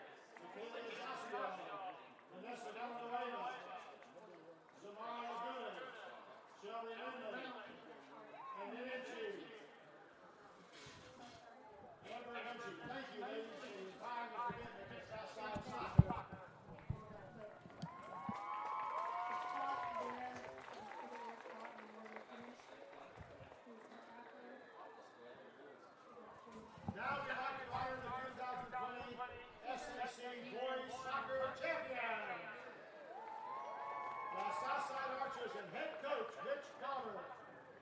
The Archers won the SEC Championship. Welcome back here to Southside High School. We are at halftime. Southside honoring seniors right now and getting ready to honor their SAC champion soccer team and boys, led by head coach Mitch Palmer. All right, here's a look at the scores from around the area. First in the Summit Athletic Conference, Concordia leads Carroll at half, 14-9. Northside led Northrop 21-14 at half. It was Snyder over Bishop DeWanger 7-3. Homestead over Wayne 28-6. Over in the NE8, it was DeKalb over Belmont 20-6. It was East Noble 14-7 over New Haven. In a close one, it was Leo over Columbia City. They were already late in the third quarter, 14-7. And Norwell putting a beating on Huntington North, 28-0. And we told you we'd take a look at the sectionals here on Summit City Sports, and that's what we're going to do right now. Looking at the 6A sectional 3 pairings. This is in 6A on the first, so they will be a week difference from everybody else. They will start a week later. So they are, let's see, we got this week, next week, so they'll be about 3 to 4 weeks out before they play. It'll be Carroll taking on Warsaw. That's 5-2 versus 6-1 right now. And the second game in that sectional on the same night will be Fort Wayne Snyder taking on the Homestead Spartans. They've already played this year. It was Homestead winning that one. In 5A, in sectional 11, it'll be Northrop taking on Northside. Anderson takes on Dwenger. Northrop and Northside playing tonight. Dwenger will take on a team that's not doing so well this year in Anderson. In 4A, this is a pretty tough bracket right here. Columbia City will go to East Noble. East Noble's already beaten Columbia City this year. Angola takes on DeKalb at DeKalb. Leo will travel to a very good Northridge team, and Wawasee will take on Northwood in 4A. In the other 4A bracket, sectional 20, it'll be Marion at Mississinewa. New Haven taking on the Southside team at South. Huntington North at Fort Wayne, and Jay County travels down to Delta. In 3A, Lakeland will take on Mishawaka Marion. South Bend, Washington will take on Tippy Valley. Jimtown takes on Garrett, and John Glenn will play at West Noble. Also in 3A, at the sectional 27, it'll be Concordia at Peru. They seem to always have to go to either Maconaquah or Peru in that first round. Oak Hill will take on Belmont at Belmont. It's Northwestern that will take on Maconaquah, and Heritage will take on Norwell. Heritage season over right now, so that record of 2-5 will stand because they're dealing with some COVID issues out there, and their next 2 weeks are on hold. In 2A, this is sectional 35. Woodland will go to Prairie Heights. East Side will take on Bluffton. That is a big-time matchup right there between two high-powered teams. Whitco will come to Fort Wayne. They will take on Bishop Luers in the first round. And Central Noble will take on an undefeated team as of tonight, the Fairfield Falcons. In 1A, sectional 43, Tri-Central goes to Westdale. Union City will take on a 7-0 South Adams team. Monroe Central will travel to Taylor, and Madison Grant will play the winner of Tri-Central and Westdale. In sectional 44, Cherubusco will travel to Triton. Adams Central will make the trip up to Fremont. North Miami to Caston, and Northfield will go to Southwood. So that's a look at your sectional pairings all the way from 6 down to 1A. Some interesting matchups for sure. Eastside Bluffton right away jumps to the forefront as one of the main games to take a look at. Over there in 6A, potentially Snyder and Homestead in a good matchup there, and Carroll and Warsaw also. That could be two teams with winning records here late in the season.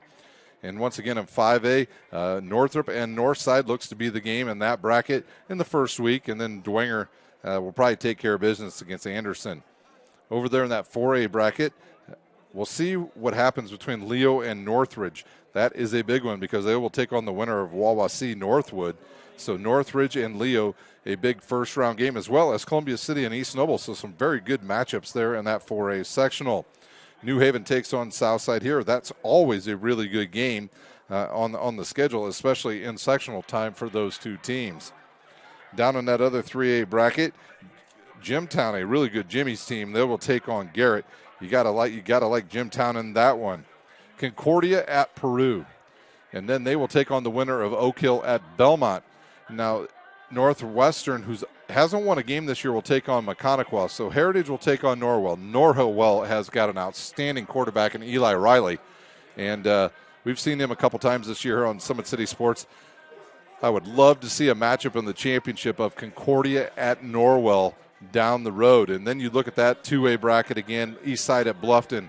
That's a big-time matchup between those two teams, and they'll play the winner of right now. The two teams they would potentially play would be Woodland or Heritage.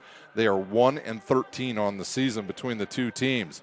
Luers, they could take out Whitco and have a Fairfield team undefeated. That would be a big-time game in the second round. Down there in that 1A sectional, that South Adams team's loaded. I just don't see anybody in that bracket that will be able to give them a game. They can throw the ball all over the field. And then in that bottom one, Adams Central. If they're healthy and ready to go by the time sectionals come around, they'll potentially could take on a good Triton or Busco team in round 2. So some interesting matchups for sure. Make sure you come to SummitCitySports.com. Check out all of the scores all of the games we will have for you in sectional play, and it should be a great week, a month of November as football gets ready to go. Now, if you're really into volleyball and you want to watch some high school volleyball, next week we will begin coverage of the Dwenger sectional. If you've not watched a whole lot of volleyball, I would advise you to come to that sectional and either attend it or watch it here on Summit City Sports. That has got some of the top 3A teams in the state. There are 7 teams, 6 of the 7 ranked in the top 19 in the state. Bishop Dwenger, Leo, Concordia, Angola, a very good Woodland team. Garrett's outstanding. Bishop Luers wakes up and goes, holy cow, we're the only team not ranked in this sectional. So if you want to watch some very good volleyball, that is the sectional to watch for sure. Next week, sectionals will kick off all around the area in volleyball. Tuesday and Thursday, and then on Saturday, your semifinals and championships. So get out and support your high school volleyball teams next week. Saturday, tomorrow, big time day here on Summit City Sports. We've got sectional championships in soccer from around the area. So it is a busy time of the year for sure for high school sports here in the state of Indiana. I want to thank Athletic Director Tori Curry for letting us come in once again and announce the game here at Southside. Always a great place to come.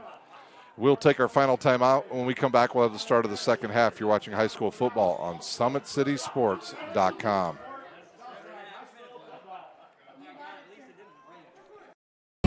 I was once a Southside kid who was led on a journey by high school football.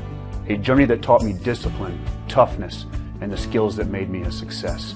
As a businessman with a CPA license who owns his own firm, I still use the building blocks of high school sports in my everyday life. Someday sports will end no matter what level you reach, but you will be left with the skills to compete in the next game, the game of life.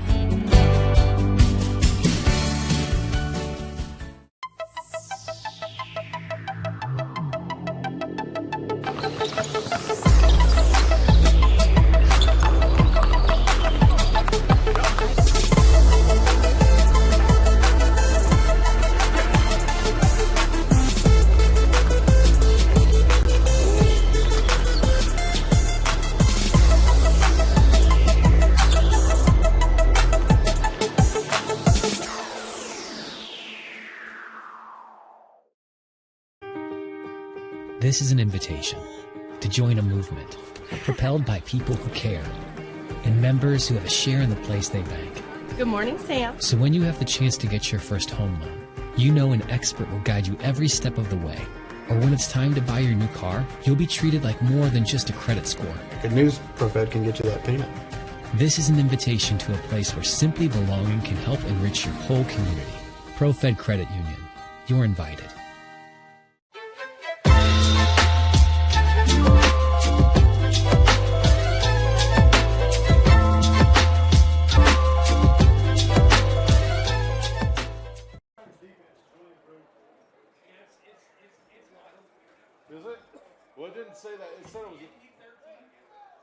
I think so, but it was not him who they had on the highlight.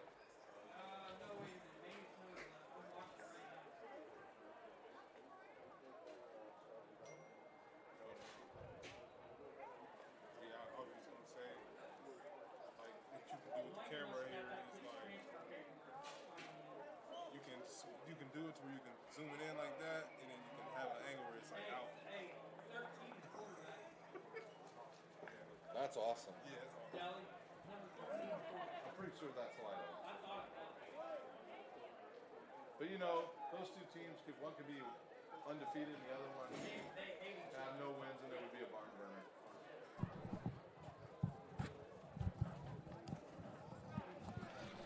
We are ready for the kickoff here in the second half at Southside High School. Can the Archers get their offense going once again? They were moving the ball relentlessly in the first quarter, and then some turnovers were costly for the Archers.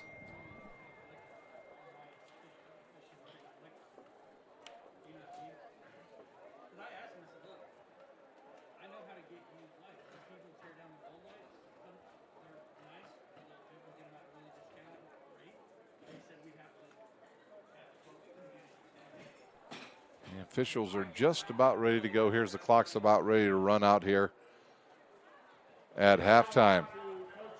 So Bishop Luers will receive. They deferred in the first half. They got touchdowns in the first half from Clark to Hale. The extra point was no good. Well, the scoring got started with Matthew Morris. He ran it from 26 yards out for Southside. Their first drive, they picked up chunk yardage on every single play from scrimmage. And they were down in the end zone in maybe 5 plays, and they even got sent back on one on a penalty and then picked up another big chunk yardage play, and they led 7-0 in the first. And right away, the first play of the second quarter, Clark to Hale from 18 yards out. And the extra point was no good, 7-6 Southside at that point. And then Sir Hale took care of business by himself. He took one in from 19 yards out.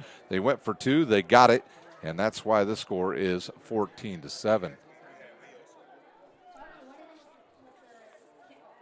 start the second half, defending North End, kicking off to the Southside. 14-7. Kicking number 13, Hugo Huerta, he will kick off for Southside.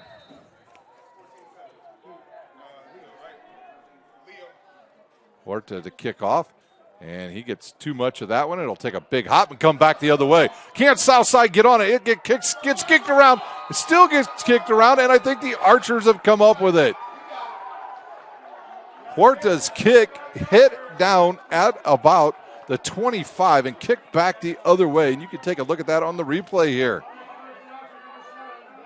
It came down at about the 35 and went backwards, and they are at the 32 of Luers now. Good opportunity here for the Archers now. They have great field position. They've taken away that extra possession that Luers had with deferring. So they'll go with English in the backfield this time at quarterback. He'll stand in the pistol formation with Matthew Morris over to his left. He'll look, he'll fire to the outside. He's got Malone. Malone's got a lane, and he is gone. House call for Malone.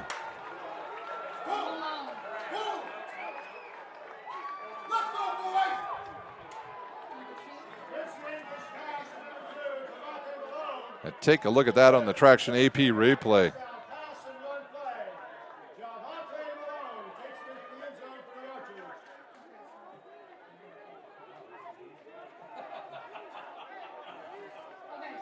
And now Huerta will have to kick the extra point for the Archers.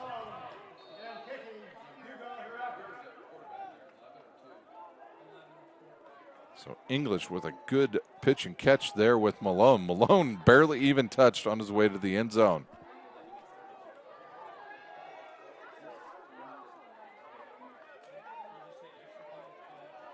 Good snap. Oh, they faked it. And he'll run to the near side. Can he get to the corner? He does. 2-point conversion is good for the Archers. 15-14 Southside here in the third quarter. We will take a timeout. When we come back, we'll have the kickoff. You're watching high school football on SummitCitySports.com.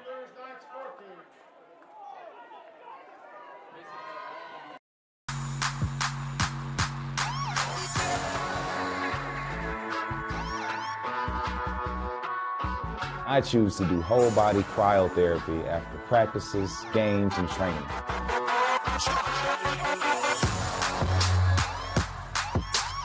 It reduces inflammation in my muscles and allows me to move more agile throughout my profession. I became a believer in iCryo after my severe injury in college at Notre Dame, tore my ACL, and I was looking for ways to recover, ways to get back on the field. So I'm thankful for iCryo.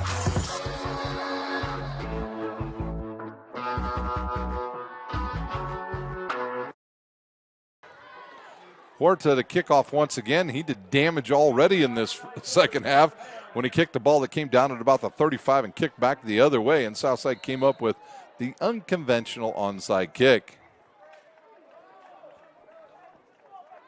This time he kicks it down the middle again. He'll take a hop, goes right between the legs of the up back, and can they catch up to number? Ooh, he almost fumbled. Did he hold on to it? He did. That was number 20 who picked it up. Krayshawn Menson, he almost dropped it again, and he gets dropped down around his own 20-yard line. Fincher with the tackle. And they'll spot it at the 20. So the first possession here in the second half for Bishop Luers.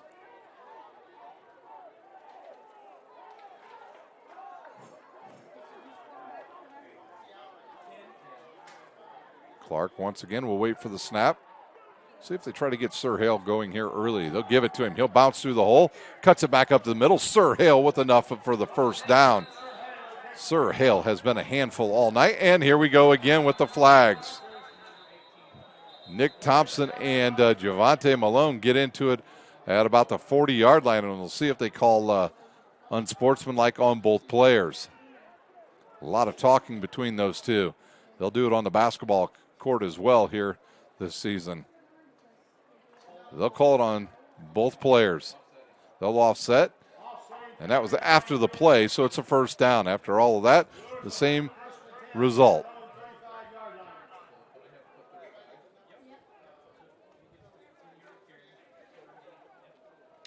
So Hale with another first down.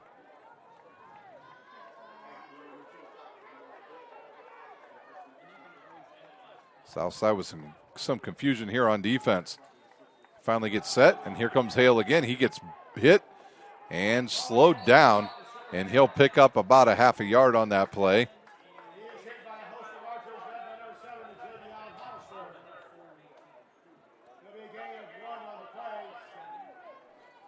Hollister with another tackle.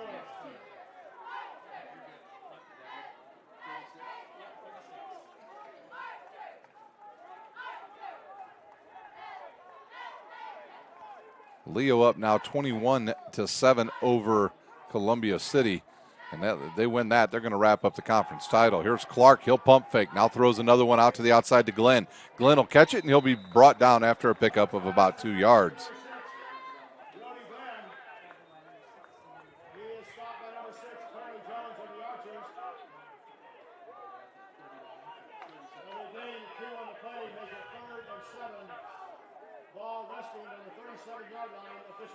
Score update in the Wayne Homestead game, 35-6 now.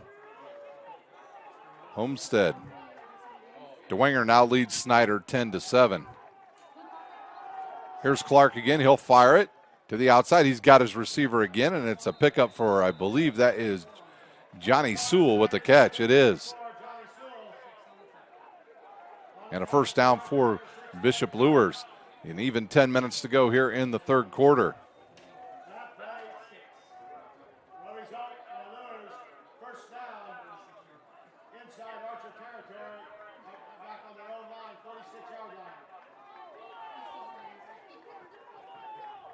Southside will stay in that 4-3 defense.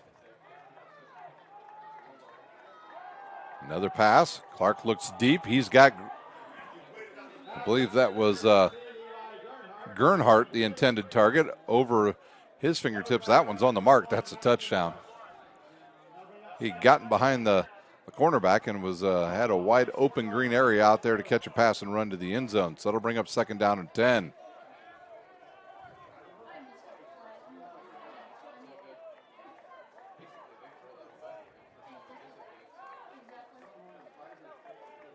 We'll see if Kyle Lindsay puts that play in his back pocket and uses it again here in this game. The snap, the fake to Hale. Quick throw over the middle, and we've got some laundry on the field once again. And that was thrown right at the line of scrimmage. Could he either be, could be a chop block.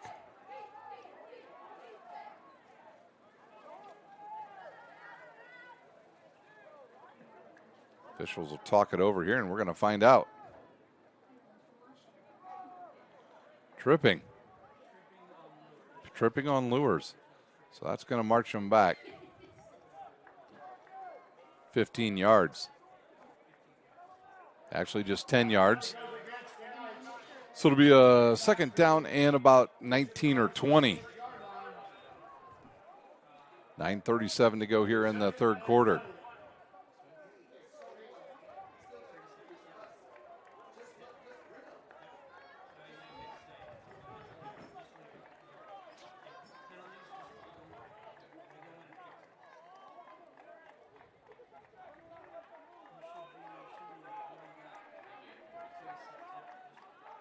Clark with the snap now. He'll look. He'll fire. He's got Glenn out there. Glenn will get back to the original line of scrimmage and more. He'll get pushed out of bounds on the far side of the field, and here comes another penalty.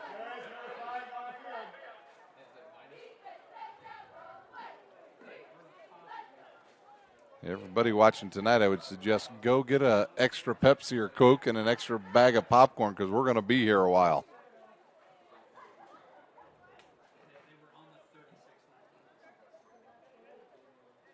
Dead ball personal foul on South. That will give a first down to Luers, and we'll see if that's a 15-yarder or a 5-yarder. Not sure here. And it's a 15-yard penalty added on at the end, and now Luers down around the 33, about the 33 of South. So with 9:30 to go, 1st and 10 for Bishop Luers.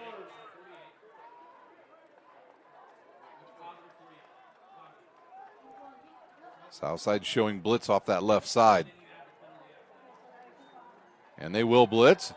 They'll try to get to him. A good wheel route there by Sir Hale.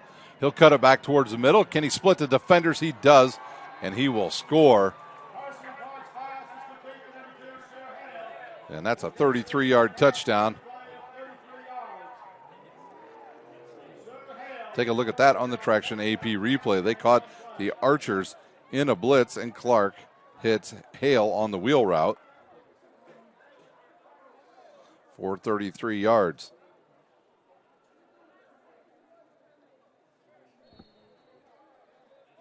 Yeah, looks like they're going to go for 2 again.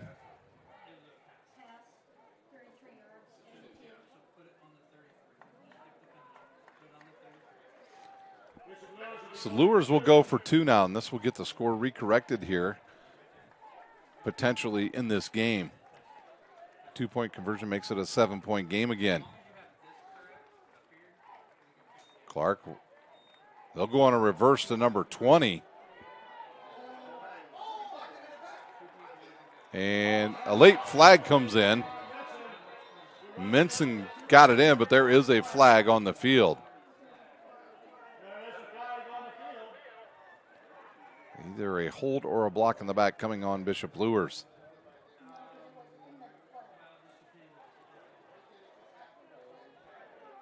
They'll call a hold on Luers, so that'll move them back, and they'll try the 2-point conversion from about the 12 or 13.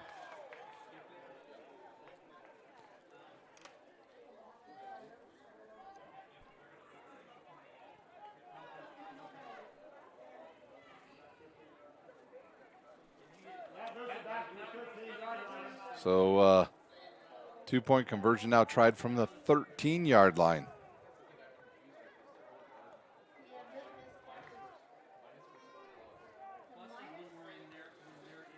Clark will send 3 receivers here to the near side. He'll have Brody Glenn over there on the far side of the field all by himself. They may throw a fade here to him. He's got single coverage out there on that outside. Southside shows blitz again. Clark will look, and he'll fire to the outside. Goes through Glenn's hands and out of bounds. 2-point conversion, no good. We'll take a timeout. When we come back, we'll have the kickoff. You're watching high school football on SummitCitySports.com.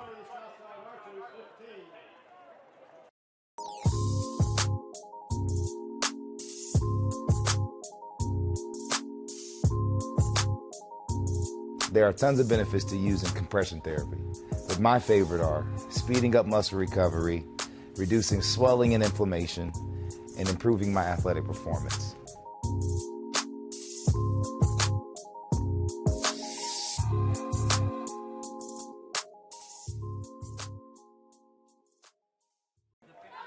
Score update from out at Northrop. Northside and Northrop tied at 21. They're getting ready to start the 4th quarter. Still looking to see if I can get some other scores from you. Eastside leaves Central Noble 35-7. Doherty will kick off here as I continue to look for some scores from around the area. It is South Adams leading big tonight 15-0.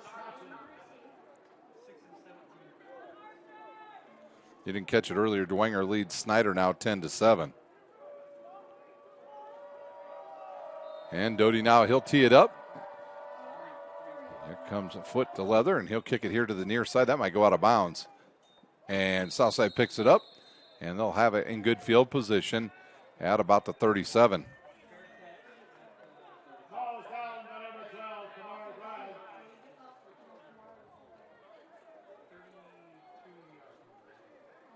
Actually, they'll say the 32-yard line. And we'll see what the Archers do this time. I believe they brought in the other quarterback. That would be Mr. Norfleet in there now. They ran the ball effectively with him in there as well. I believe that might be Hollister in the backfield. And we've got a late whistle here.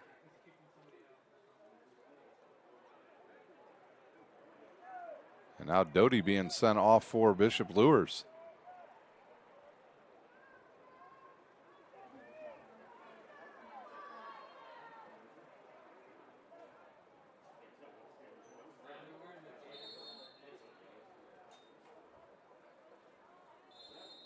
And another whistle. Why are they lining up on the ball? No, it's the gator around their neck. Oh.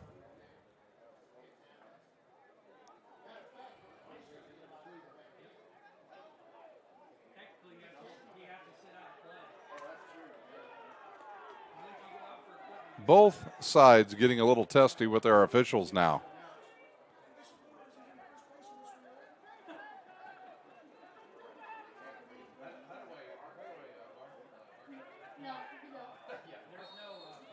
And now we'll try it.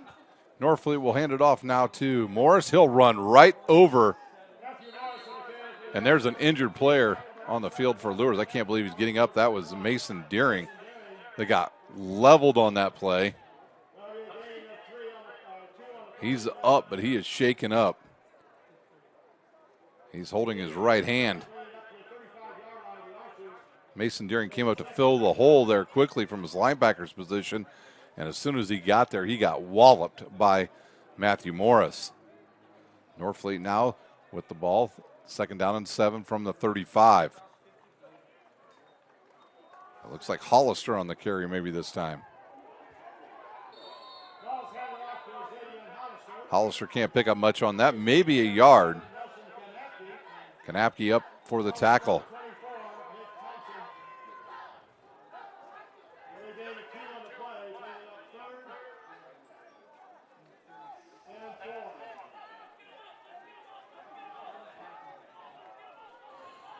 Third down and 5 now for the Archers. They need to pick this one up.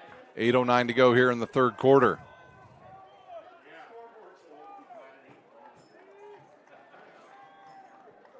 Snap, and he'll roll. He'll throw it back the other way. He's got some room to roam over here, does Matthew Morris, and he'll have enough for the first down. Good play there by Roosevelt Norfleet, the head coach. A little throwback there to the running back, Matthew Morris. They should give the ball to him a lot. Him and Malone have speed to burn.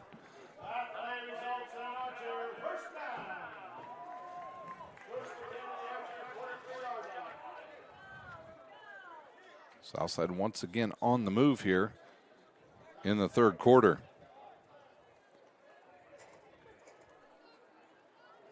Now English back in at quarterback.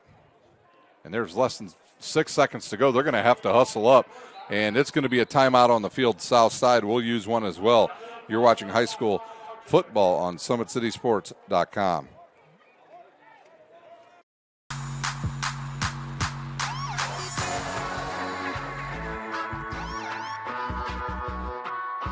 I choose to do whole body cryotherapy after practices, games, and training.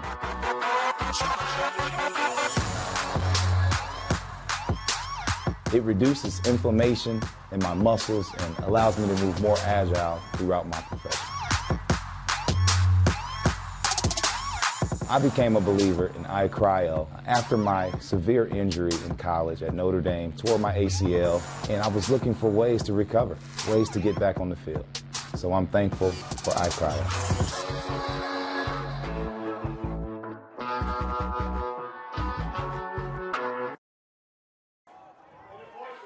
All right, now it's a first down and 10 from the 43 with 7:54 to go here in quarter number 3. English back in at quarterback after the time after the timeout by Coach Norfleet.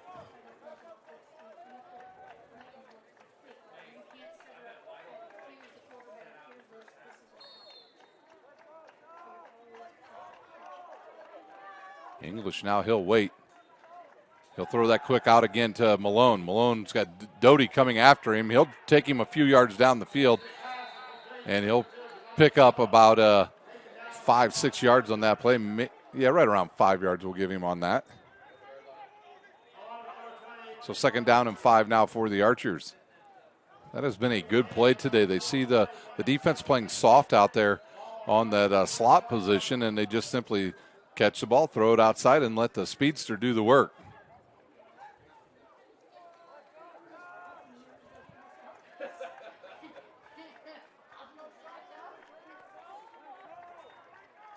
And they'll run that option again to Morris. Morris now, he'll get a block, and a good tackle there by Bishop Luers. Is that number 21, Mason Deering, and number 20 on the tackle, Menson. So now a long third down coming now for South. 3rd and 4 now.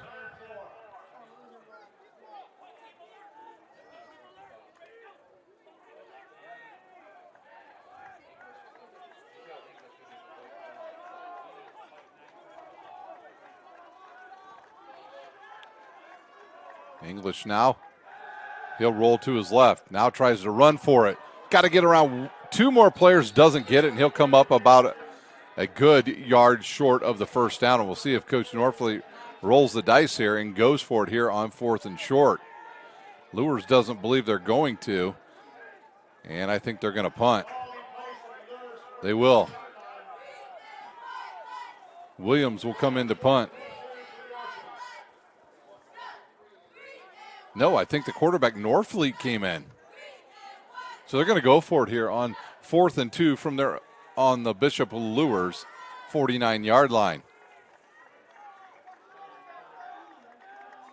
And there's a give right up the middle, and nope, they're not going to get it. Hollister is stacked up about a half a yard short, and Bishop Luers will take over on their own 47-yard line.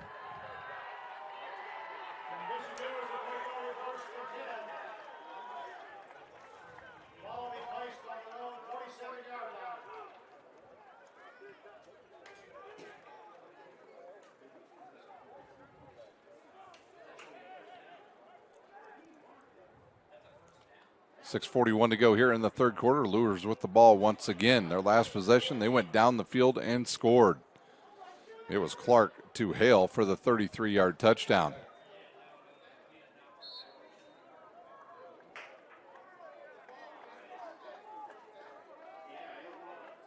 Clark now gives it up to Hale. Hale's going to get a block. He'll cut it to the outside. Now he's taken down there. A good tackle by Southside.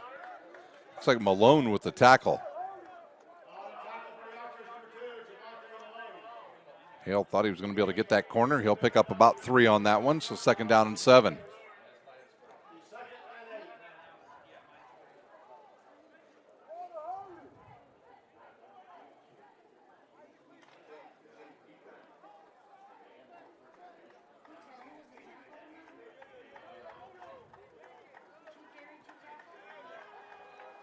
Luers will send 3 receivers up to the top of the formation here.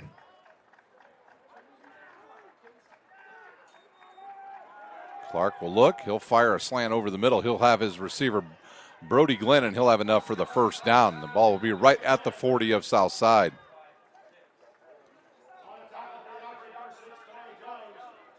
Better pass there by Clark. That one did not flutter in the wind or even go high, so he threw a bullet that time, and it was caught by Glenn, and a 1st down, and quickly up to the line of scrimmage comes Bishop Luers. They'll split their 2 receivers to each side, Sewell and number 15 here on the near side. That is Gernhardt. Glenn and I believe that is number 24, Thompson, in the slot. Gernhardt across formation now. They'll give to Hale right up the middle, and he'll pick up about 8 on that play.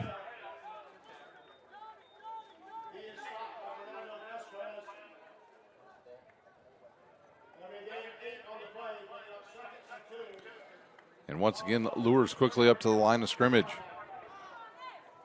They'll bring Antoine Lake into the game, and he'll be in that slot now for Bishop Luers. Hale now moves over to the left side of his quarterback, and he let him know as well. Slapped him on the back, said, hey, I moved. They'll throw one in the middle. They've got Thompson with it.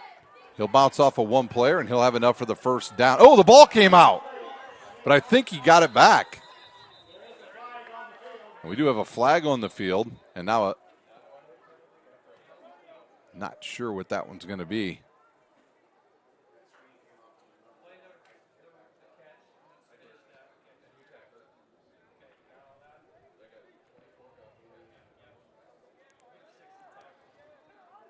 And the official has yet, they'll call a hold on Luers, and that's a spot foul.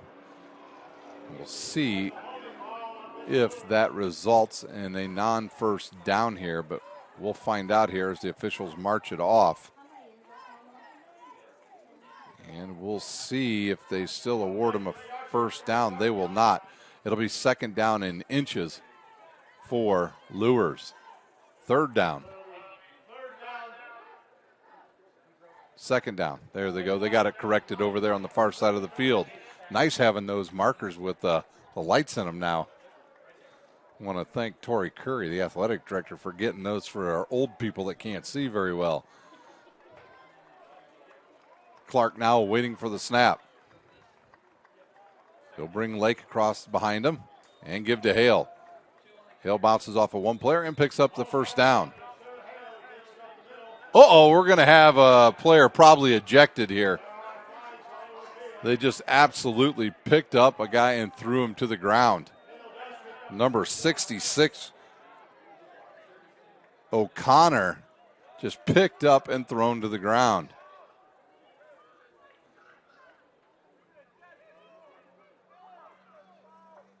And I can't tell. It looks like maybe number 32 has been ejected.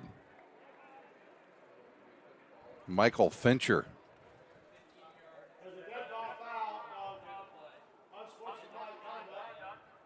Yep, it is Fincher, and his night is done. That's a 15-yard penalty, and that ball will come down inside the 15. No, it'll rest just outside the 10.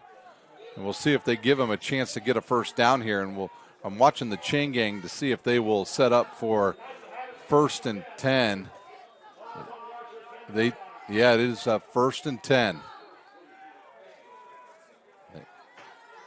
Actually, I believe that ball sits about around the 11. Clark will look. He's looking for his main man, Hale. Hale catch it. Did he catch it? He did. It's a touchdown. Sir Hale with another touchdown.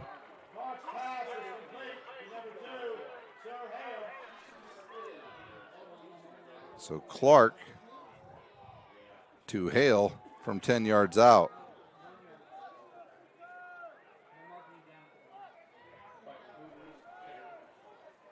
Did they give him a touchdown?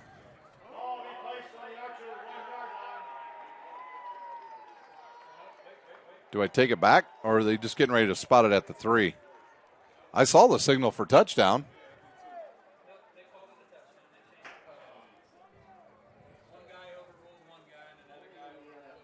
(26-15) your score right now, and it is another chance for Luers to go for 2. Sir Hale with his 3rd touchdown of the game.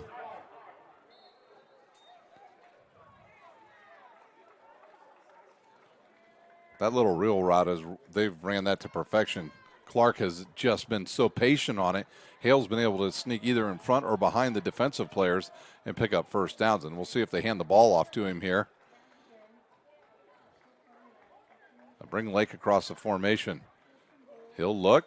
Clark will throw a quick one to the outside, and he's got a wide open receiver for the 2-point conversion. 28-15, our score. We'll take a timeout. When we come back, we'll have the kickoff. You're watching high school football on SummitCitySports.com.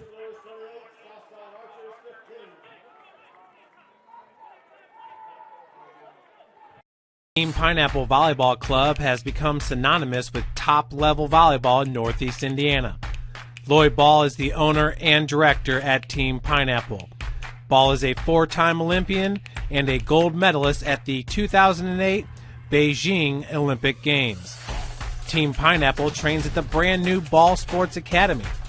This facility has indoor volleyball courts, Parkview Sports Performance and Ortho Clinic, an Olympic weight room, in-house massage therapy, and the state-of-the-art CET Cryo Spa for post-training therapy.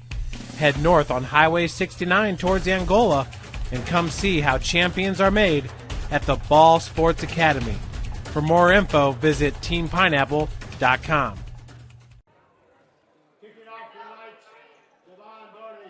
Doherty once again will kick off for Bishop Luers. Taking a look around the area to see if we got any scores. Carroll now leads Concordia 17-14 with 10 minutes to go in that matchup. Your final, it is Bishop Dwenger 17, the Snyder Panthers 7 tonight. So a close game there between those two SAC foes. Here's a return now for Southside, and a good return out to about the 42 or 43. Sewell on the tackle. And 3:57 to go here in the third quarter. We got games that are already done. We haven't even got close. Yeah, that date you have, Thomas, she's just going to have to wait tonight. Unfortunately, you have to hang out with me.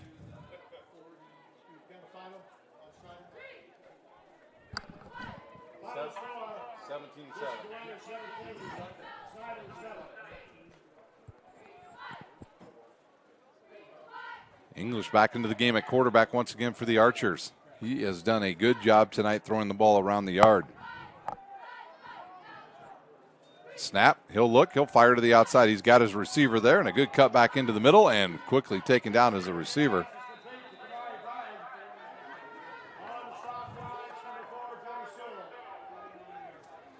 Bragg with the catch, and he picks up about 8 or 9 yards on that. And now Southside in the hurry up.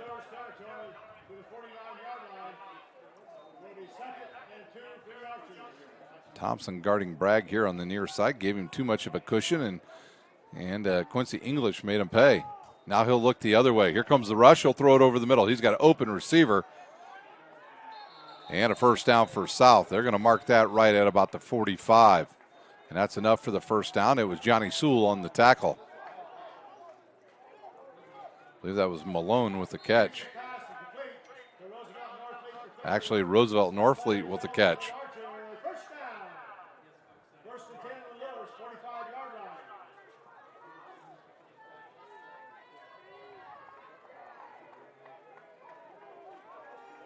English once again, he'll wait. The rush is on. Can they get to him? Doherty misses him. Now he'll run.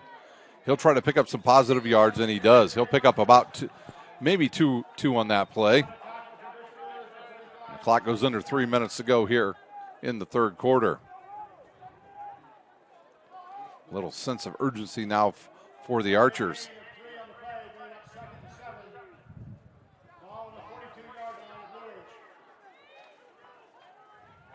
English will wait in that shotgun formation. He'll roll. He'll look. He's got a wide open receiver, and he underthrows him. Bragg was wide open. He'd gotten behind the defense, and that is a tough throw for a lefty rolling to his right.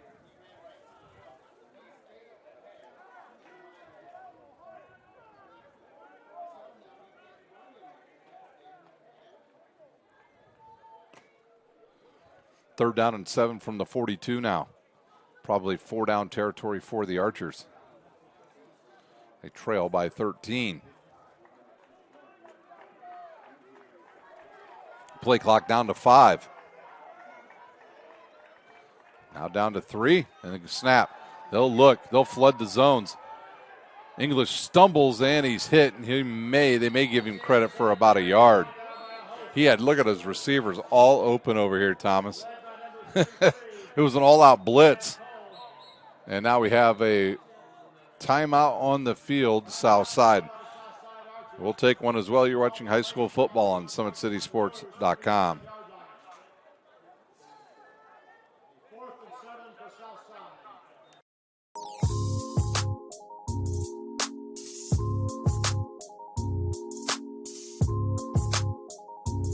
There are tons of benefits to using compression therapy, but my favorite are speeding up muscle recovery, reducing swelling and inflammation, and improving my athletic performance.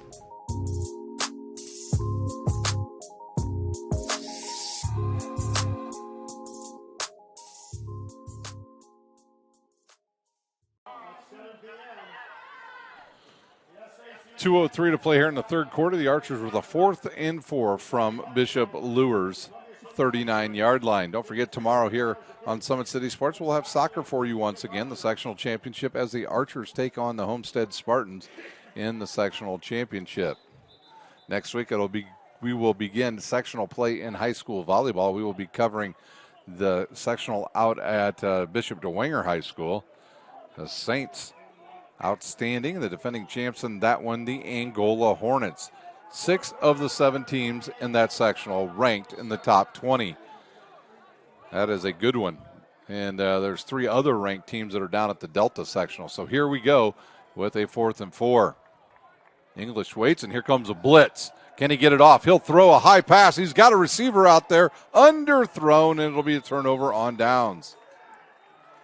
Mason Deering in there, along with number 5, Jaden Hill, and they took down the lefty, and it'll be a turnover and Luers in business from their own 39.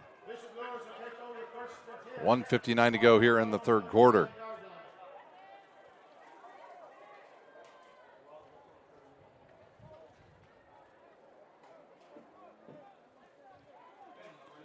I believe we're going to get a steady diet of Sir Hale and maybe R.J. Hogue for the rest of this game.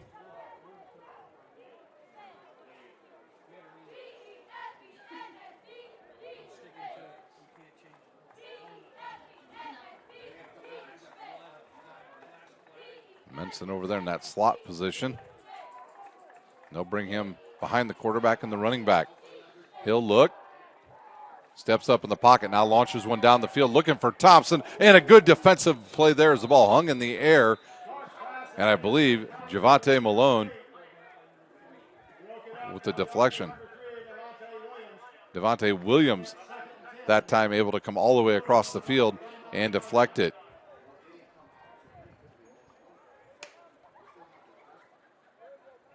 Luers going for the knockout punch right there on that play.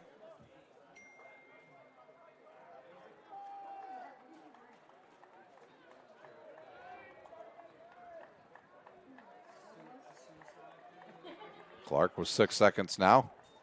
He'll turn, he'll give to Hale. Hale straight up the middle. He'll drag a defender. Goes right into the back of one of the offensive linemen of Luers and see if he gets up. That went right into the back of the knees of one of the offensive linemen. Number 55 getting up slowly that time.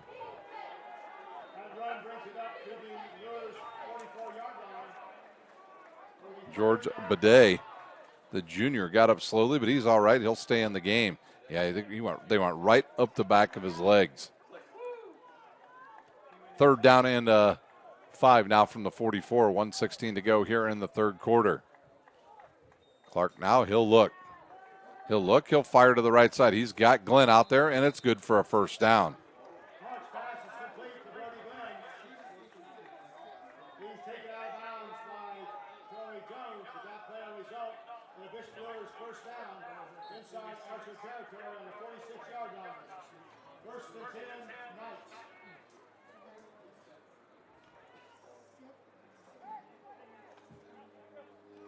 First and 10 now as the clock goes under a minute here in this third quarter. The ball sits at the Southside 46.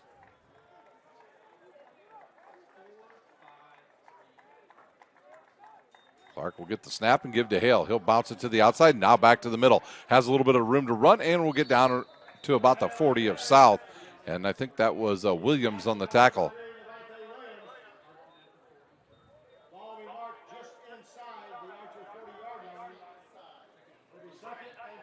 Second and 4 now for Bishop Luers.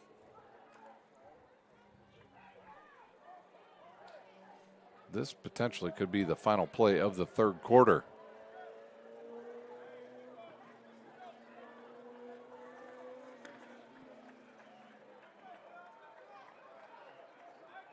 Clark with 3 receivers to the far side. Sewell here to this side. He looks, he'll fire another deep ball. He's got a wide open receiver. Can he catch it? He does not. Minson got turned around and couldn't come down with it. So 15 seconds to go here in the third quarter.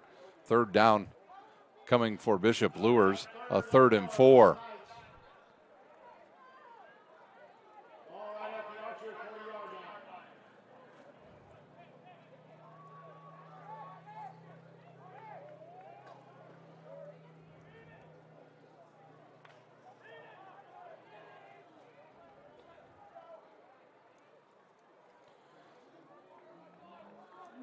Hale off to the right side of his quarterback.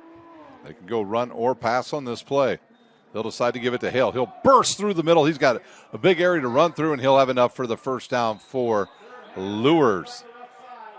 He goes out of bounds with 9 seconds to go here in quarter number 3.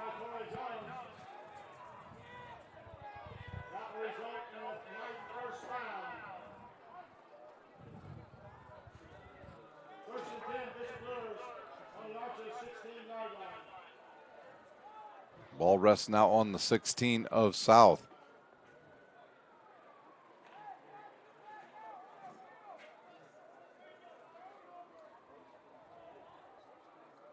That's more than likely our last play of quarter number 3. Clark now, he'll look, he'll fire right. He's got a receiver out there. And a good knockdown there by the South defense with 2 seconds to go here in this quarter.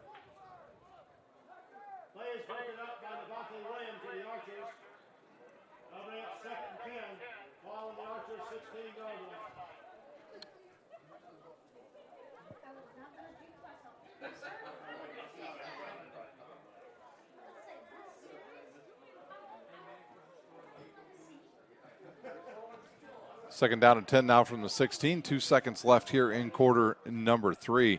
Clark will wait for his offense to get set up here with 5 seconds on the play clock. And they'll give it to Hale. He'll go to the right side. That's means the quarter's over, and they'll play on, and it'll be close to first down yardage. It'll be 1st and goal when we come back in the fourth quarter. We'll take a quick timeout. You're watching Indiana High School football on SummitCitySports.com.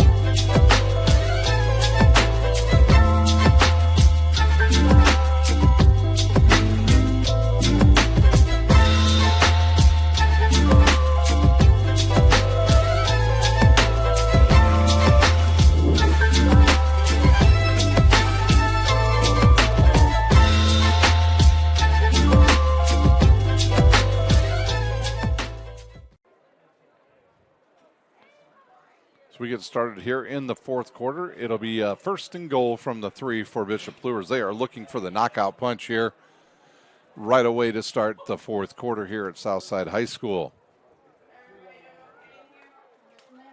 Beautiful night for football.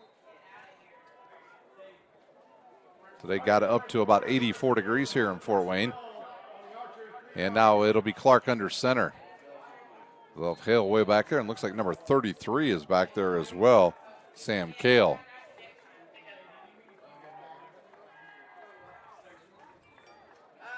Turn to give. Hale's hit once, bounces off of one tackler, and tries to drag another one into the end zone and cannot. He's stopped short at about the 1.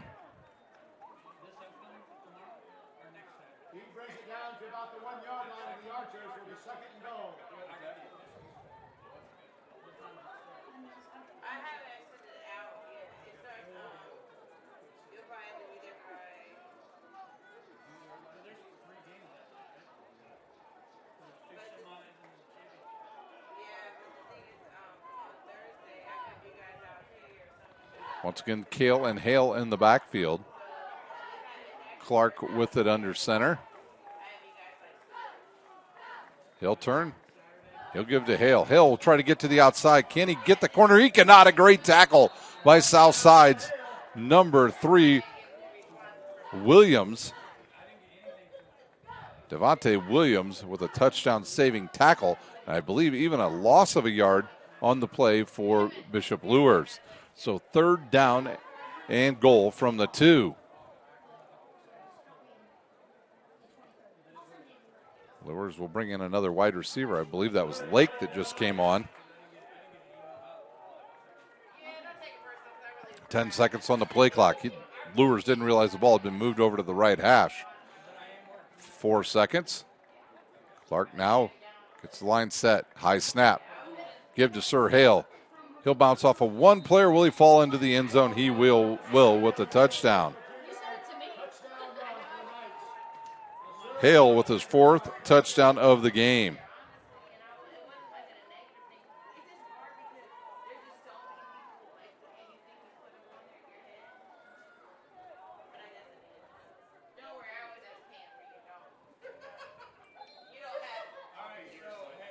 So Luers will go for 2 once again.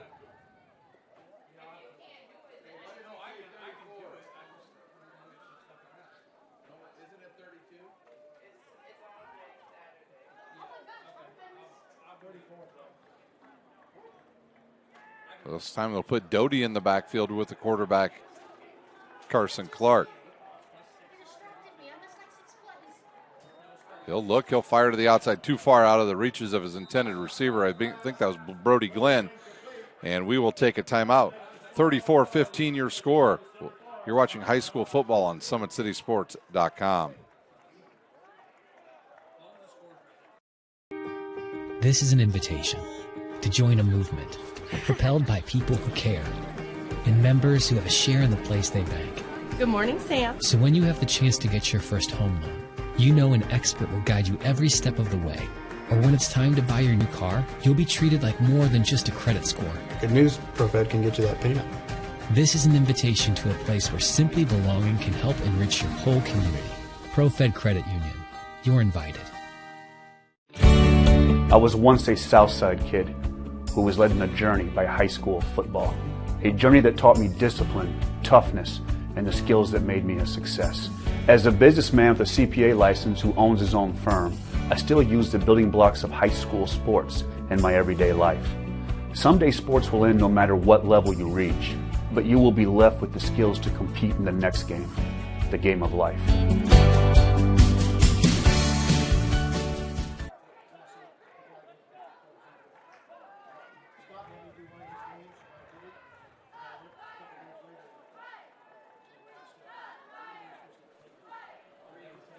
Doty ready to kick off once again for Bishop Luers.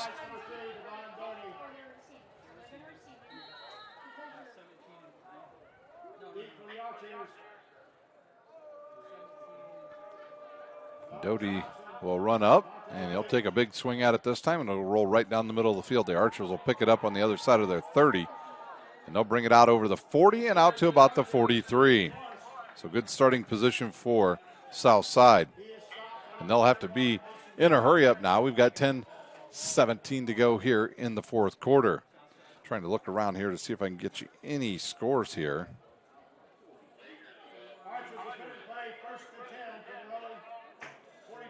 Final in the Norwell game, they win tonight 30-14.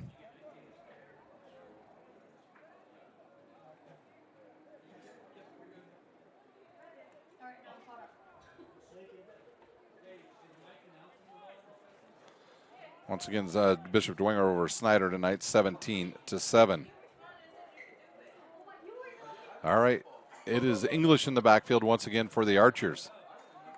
He'll look, he'll fire to the outside, looking for Morris. Morris catches it off his shoe tips, now breaks it to the outside. He's got a lane to go. Can he get around one more defender? He cannot. He steps out of bounds. They'll say at about the 41-yard line. Johnny Sewell pushed him out of bounds. So the Archers will have to get up to the line quickly here.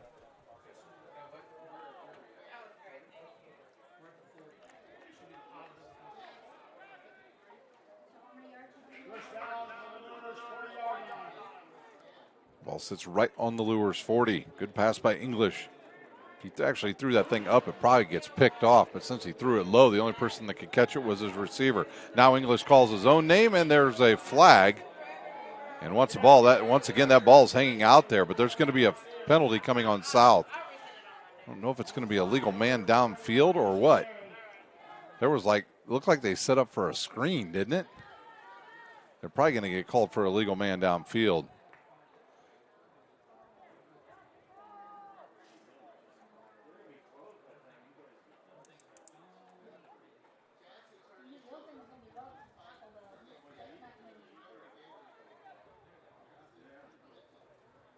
Nope, personal foul on Bishop Luers.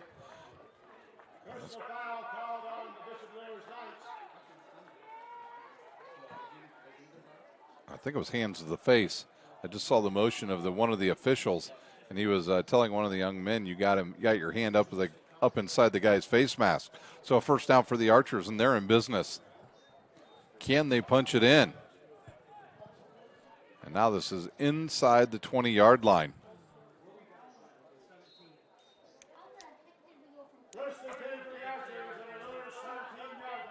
Even 10 minutes to go here in the fourth quarter. Ball sits on the 17 of Bishop Luers. English waits. He gives it to Morris, and Morris is blasted in the backfield, and he'll lose 2 yards.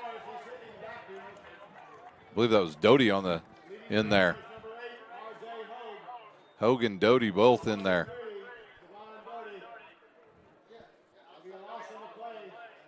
Almost a loss of 3.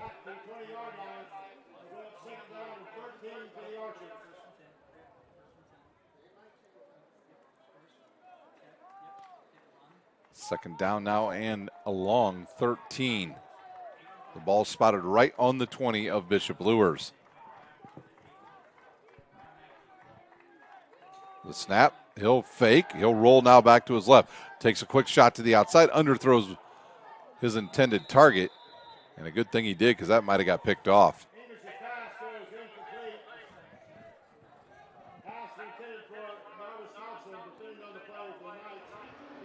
Intended target was Thompson on that play. That'll bring up third down and very long now for Southside. And they are in 4-down territory no matter what.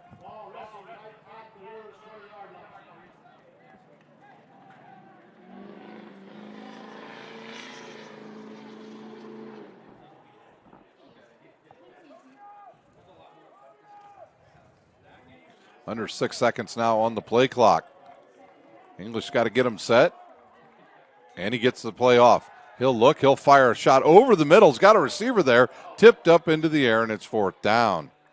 I want to thank our sponsors once again tonight. Kelly Automotive Group, Tom Steel Tire, Big Eyed Fish, ProFed Credit Union, Ottenweiler Contracting, Summit Volleyball, Anderson Heating and Air Conditioning, Alisteca Mexican Restaurant, iCryo, and of course, Parkview Sports Medicine.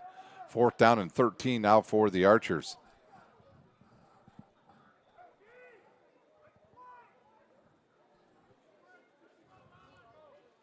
And they've got to get going here. I don't know if Coach Norfleet, he's going to use a timeout.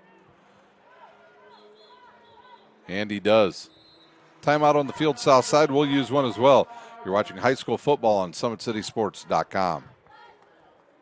About the place that it put us, and the quarantine hit, and we knew we had guys that were going to work hard at home, but just the idea that we could get a lot of them together working hard at a location with people that know what they're doing was really beneficial. And I think that training did a great job for those guys to kind of get the ball rolling for them, and they came back in the end of June, early July, and it's like they hadn't missed a beat. They were flexible, they were fast, and ready to lift and run and start playing football, so it was a huge benefit for us.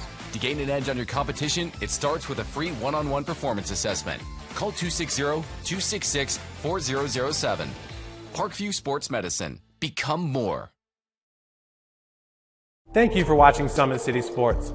To help broaden our coverage, we're asking you to become a monthly sponsor to our Patreon account. We believe in sharing positive stories and are excited to set the standard for how high school sports should be covered. Join us and donate today. Basketball is such a reactionary sport, and we talk all the time about your first 3 steps are the most important: powering out, exploding, the things that they're teaching our kids.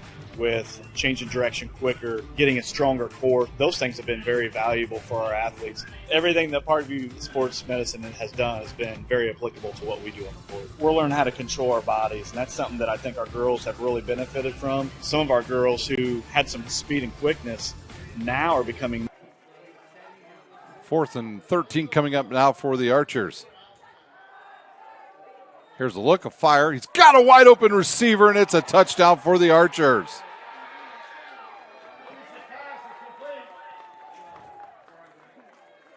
Looked like that was maybe Bragg. English to Bragg. To Bragg for the 20-yard touchdown pass. Now the Archers will have to go for 2. Boy, an exciting game in Major League Baseball. The Yankees and Rays in the 7th inning. 1-1. Yep.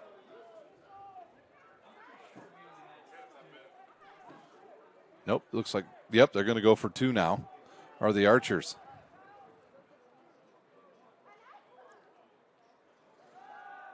English will roll. Now he'll stop. And can he get to the end zone? He cannot. 34-21 our score here. We'll take a timeout. When we come back, we'll have the kickoff. You're watching Indiana High School football on SummitCitySports.com.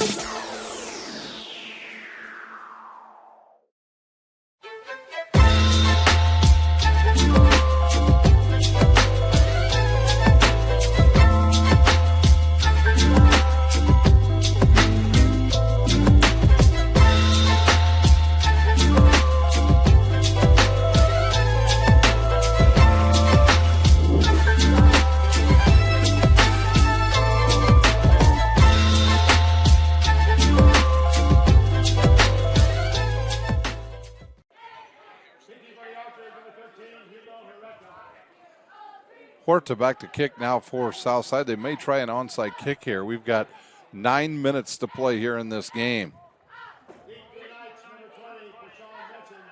Menson back deep. Luers does not believe they're going to kick it deep. Horta already has done the same thing, and it's hit the ground. And it's caught there by Menson, and he's got an alley now to the left side. He'll try to get between the two defensive players and gets it out to about the 40.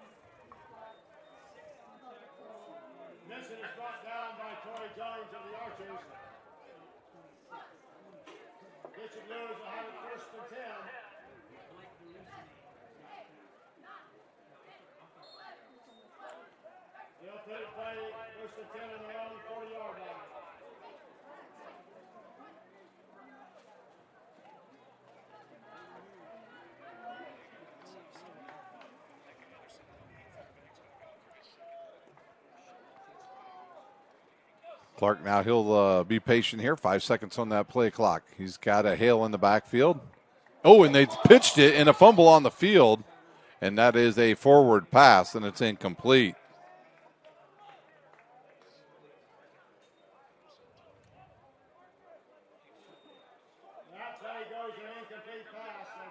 Looking to pitch it to forward to Menson, but right through his hands, and a good call by the officials.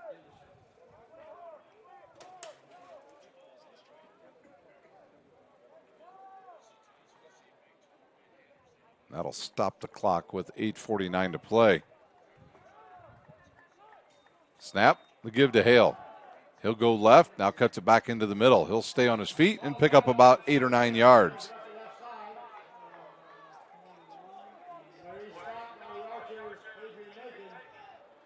Making on the tackle, and it's a 3rd down and we'll say a long 2, maybe even 3.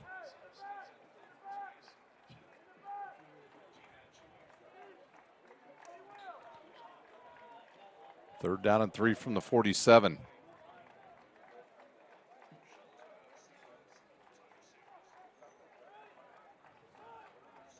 They're trying to draw south off. They'll give it to Hill. He'll cut it into the middle, and on the second effort, he'll have enough for the first down. They'll stop the clock momentarily until they get that ball spotted, and then they'll rewind the clock.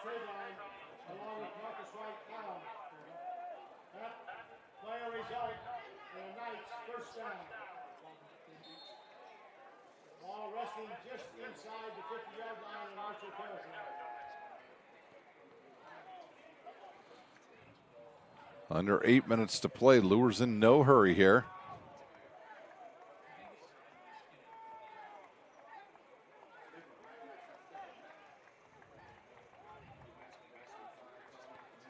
And Clark's going to look to throw. He'll throw to the outside. He's got his receiver Thompson out there, and it's enough for the first down.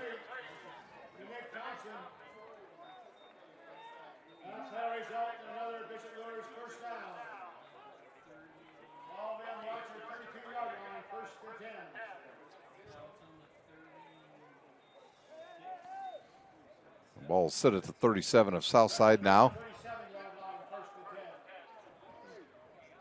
I think Coach Lindsay would like to see his players stay in bounds.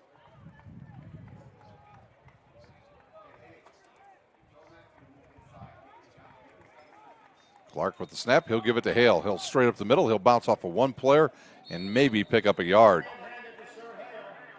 Sir Hale having a big night tonight. 4 touchdowns.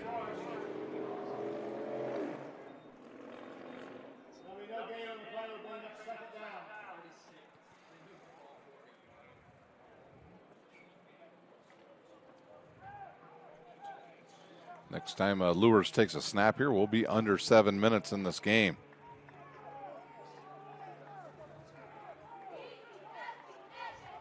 Snap, give to Hale. Same play, and a loss of a full yard on that one.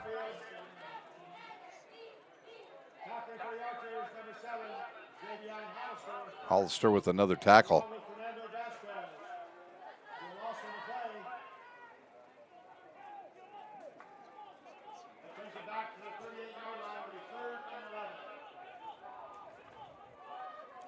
Third and 11 now for Luers. They may go with the screen pass here and try to keep this clock moving.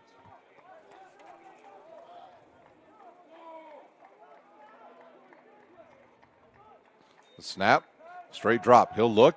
Clark will fire over the middle. This ball floats. It goes to Glenn, and he's going to catch it and go into the end zone. He has a reservation for 6 on that one, and he takes it into the end zone on a 38-yard touchdown pass.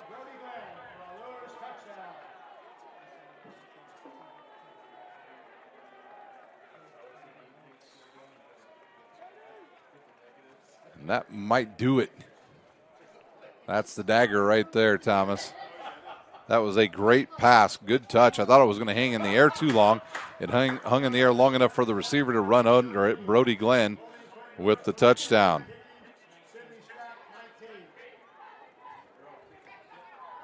The young lady's going to try it again. And why not? Snap. This one's going to be good, isn't it? And she puts it through. Take a look at this. Her first extra point of her career. That is Sydney Strack with the extra point. We'll take a quick timeout. When we'll come back, we'll have the kickoff. You're watching high school football on SummitCitySports.com.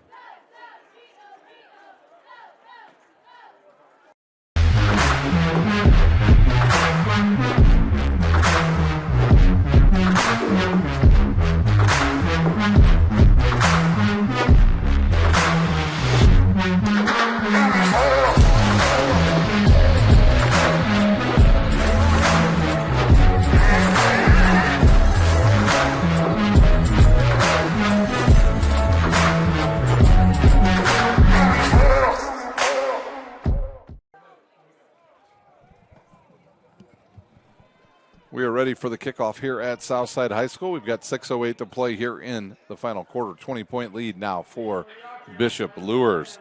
Hale and Clark having big games tonight for Bishop Luers.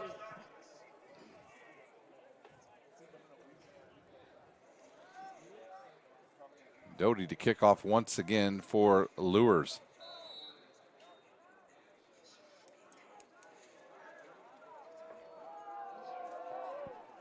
He'll send another one right down the middle. It'll bounce off of one of the up guys. And now brought to the near side, over the 35, and out over the 40 to the 45. And I think they're going to mark him right at about the 45. He's taken out of bounds by Anthony Lake along with number 27, Drew Wallace.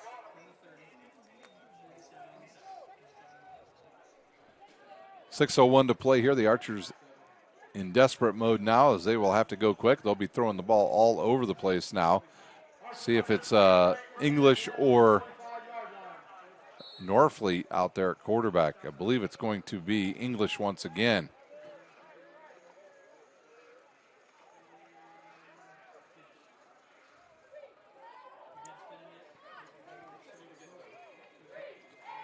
English will send 3 receivers to the top of the formation.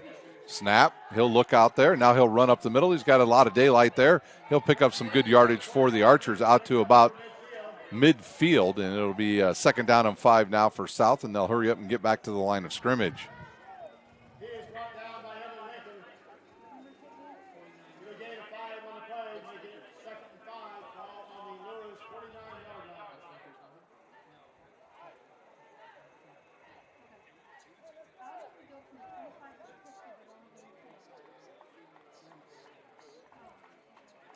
And I think a flag came right before the snap, so I don't know if it's offsides or if somebody jumped early for South. Official's going to let us know right now. Offsides on Bishop Luers, so it should give the Archers enough for the 1st down.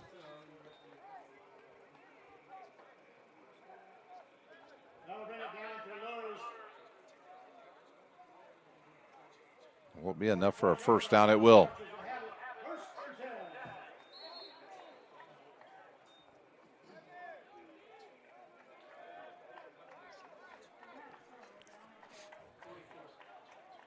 Clock starts to roll once again. English will wait for the snap. He'll get it. He'll look. The rush is on. Can't go anywhere that time, and he'll lose yardage. You see him reach out there with the ball again. Got to be careful on that he doesn't get it punched out. A loss of about 4. Ball back to the 48-yard line. Make it 2nd and 14 for the Archers.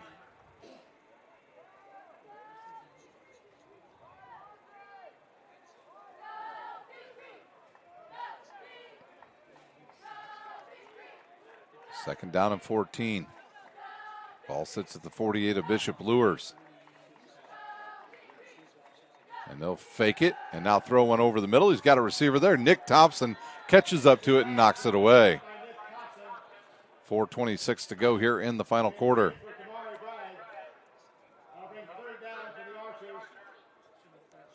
He gets that one out in front and down a little bit. Bragg catches that. He's probably going to score.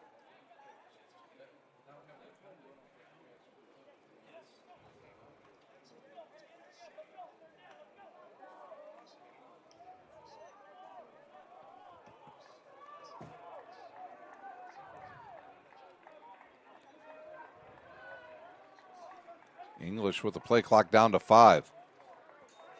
He'll roll. Now looks back the other way. He's got a receiver out here. A good catch. Can he get it up the field? He can, and he'll pick up some yardage and get back to about the original line of scrimmage. And that clock continues to run. Norfleet with the catch. And 4th down and 9 now for the Archers. And when they snap this, it'll be under 4 minutes to go here in this 4th quarter.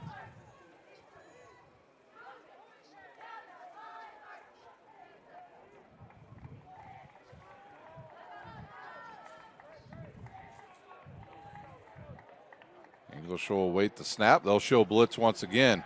He'll roll. He'll throw it on the run. He's got a receiver, and it's a 1st down and more. And he'll get down. Looks like inside the 15, maybe even closer to the 10. Malone with another catch and run. It may be close to 1st and goal. They'll mark it at the 11. 3:33 to go here in quarter number 4.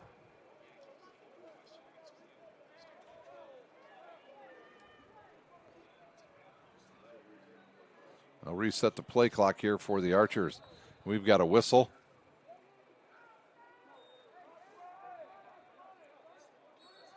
And they'll get us started once again with 3:10 to go. And now we've got another whistle on the field.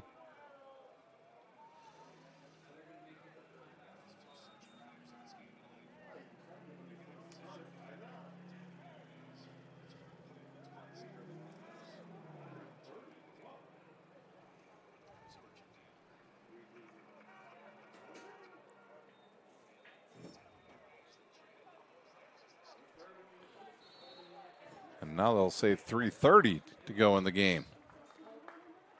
And we'll start the play clock once again. And they'll start everything. English rolls. He'll look, he'll fire a little sidearm pass, and it's a good one. Here to the near side. Can they get to the end zone? They do not. Knocked out of bounds right at about the 1.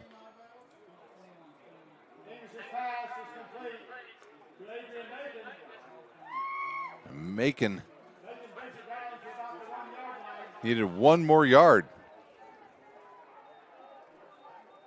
So it'll be 2nd. And there was a penalty on South Side, huh? There was a penalty on the play. And that'll move back the Archers.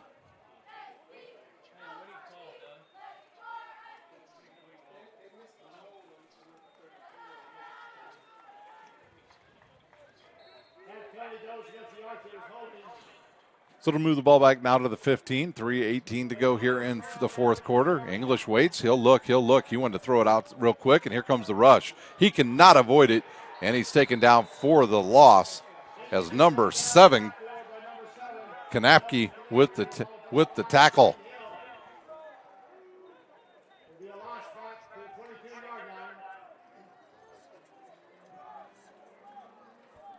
Second down and forever now for the Archers.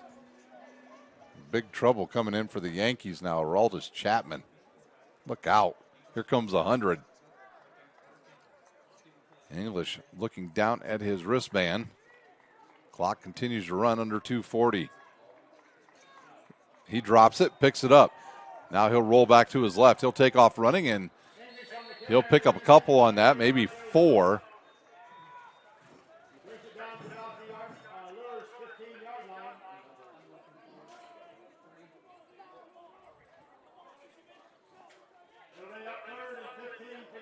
Third and 15 now for the Archers.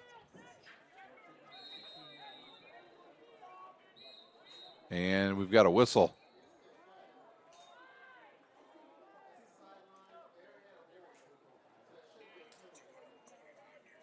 I don't know if they threw a flag over there or what, if it's another sideline warning on Bishop Luers.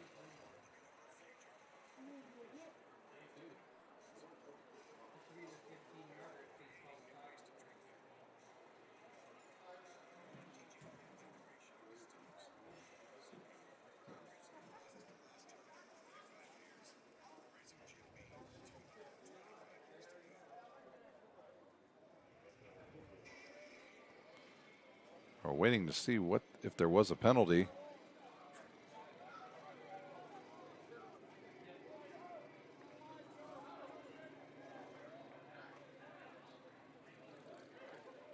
Five-yard penalty now.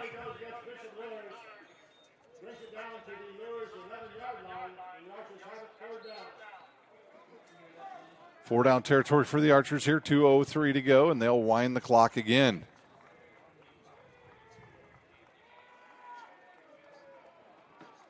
English will roll. He'll look. And now he may have to run. Nope, he'll stop, plant his feet, throws it, and it's picked off. And it's a touchback for Bishop Luers.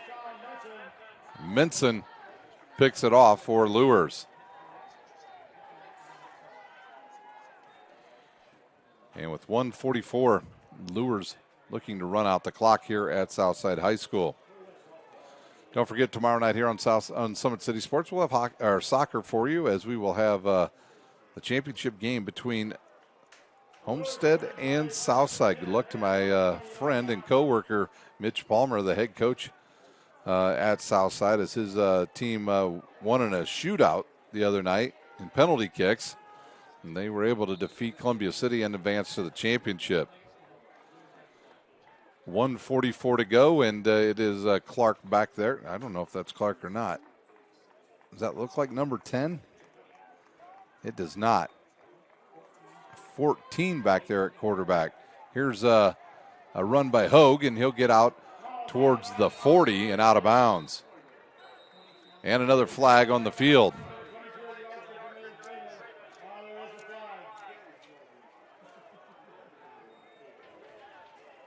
And we'll see what the penalty is.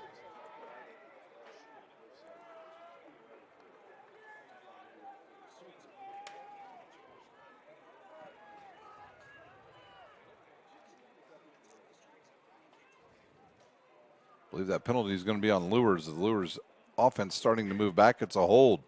Tell you what, Thomas, these officials tonight going to have to go home and ice down their arms. They've thrown more flags than I have pitches this year. So we'll replay first down.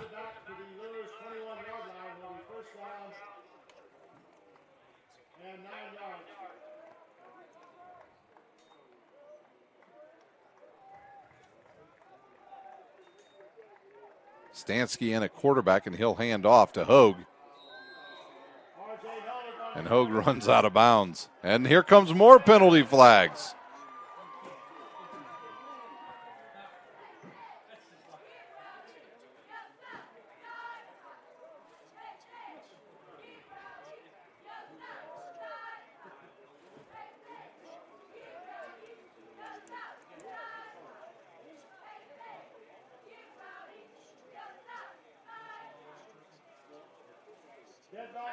Personal foul on Southside will give Luers a first down.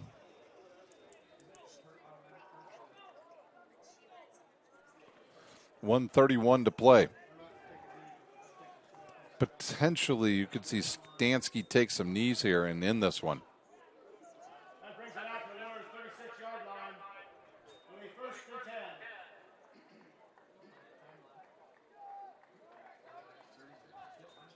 The snap. Right up the middle comes Luers, and he'll break away. That's number 3, and the ball comes out at the end. That was Doty on the carry, and I think Southside may have came up with it.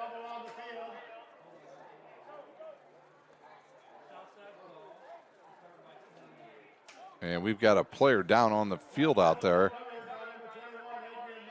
Macon comes up with it. Southside will have the ball with the 1:20 to play.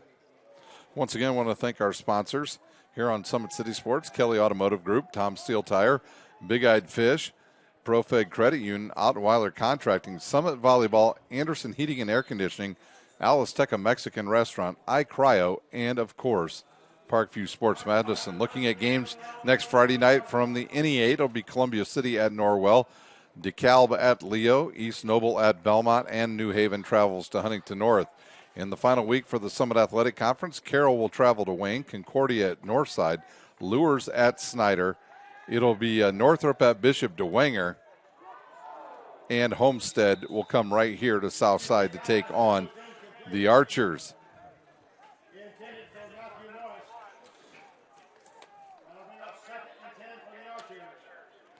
1:14 to play.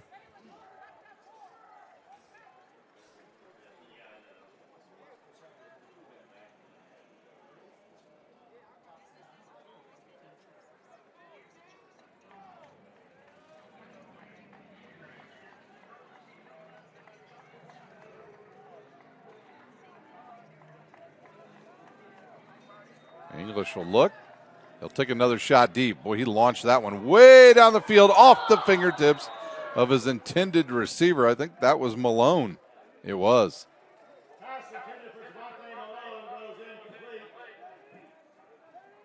Defending on the play for the Knights, number 22, Braden McIntyre. I'll bring up 3rd down and 10 for the Archers. 3rd down and 10 now for the Archers. 1:07 to play and 15 on the play clock.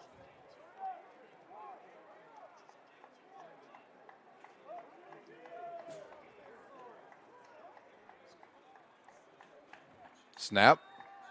He'll look. He'll fire over the middle and almost picked off again by Menson. And I think we're going to have a roughing the passer call. Yep, we are. Number 25 just threw his hands up in disgust. Isaiah Simmons.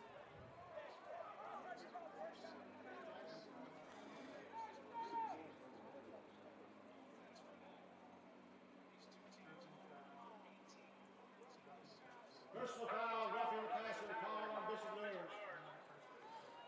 And that should give the Archers a 1st down.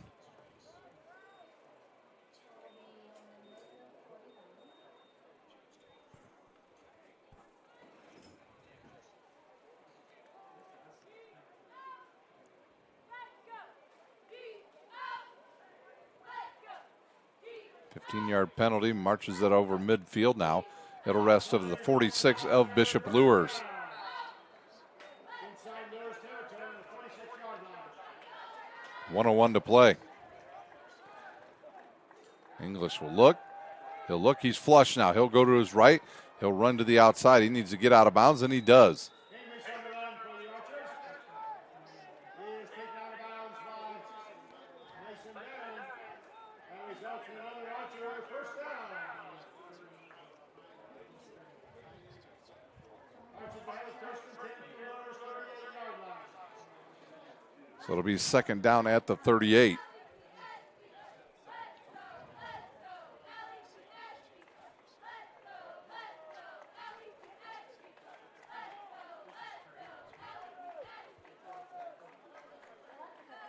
.54 seconds to play.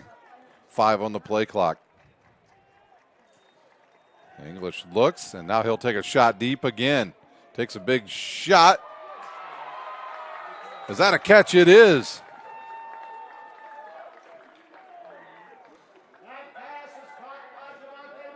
Malone, a 38-yard touchdown pass.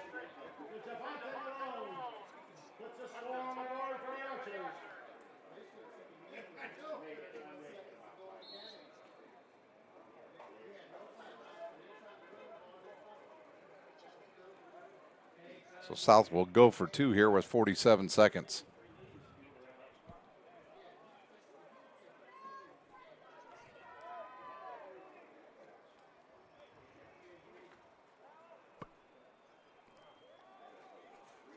And they'll move the ball over to the far hash now, will the officials?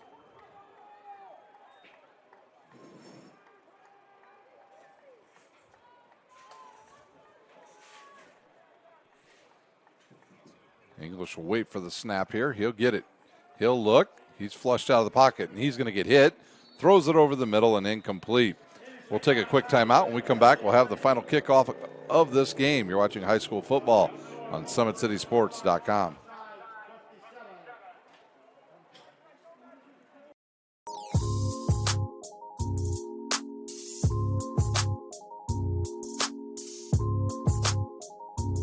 There are tons of benefits to using compression therapy, but my favorite are speeding up muscle recovery, reducing swelling and inflammation, and improving my athletic performance.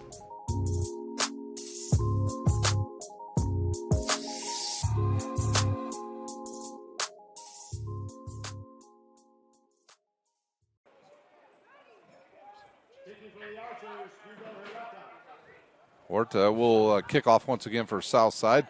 We've got just 47 seconds remaining in this game.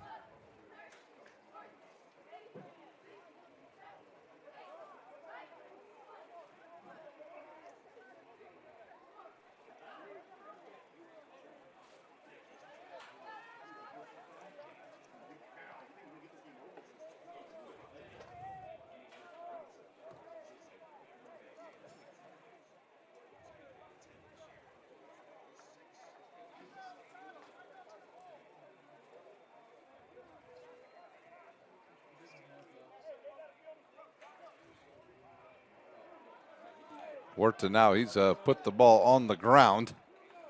Uh-oh, this is like Dallas. That's what the kicker from Dallas did against the Falcons. Huerta going to try to kick an onside kick now for Southside. There's the whistle. And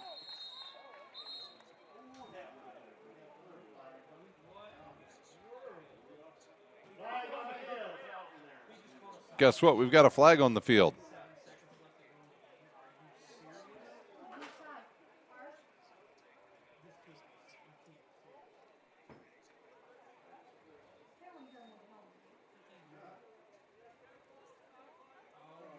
Sideline warning on the Archers.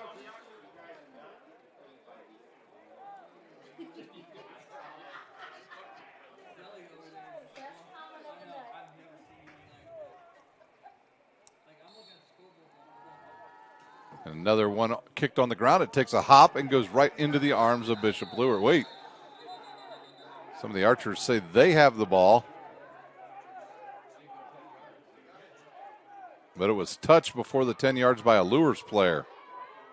And they'll converge now, will the officials. And now they're going to get out of the way and talk to each other. That ball was touched before 10 yards. I can tell you that right now by a Luers player. So if he touched it, it becomes live if it comes out. And they'll say Southside ball. Their second one today, they recovered on a kickoff. So the Archers still with life.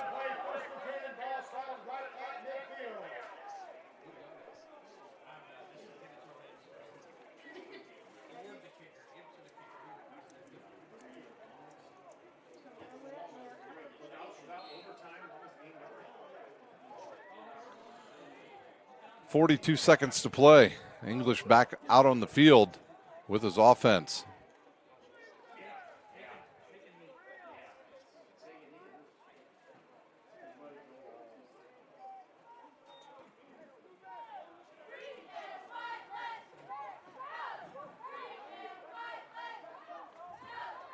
English now will roll again. He'll cut back towards the middle. He's going to be taken down on the play, and he'll lose 5.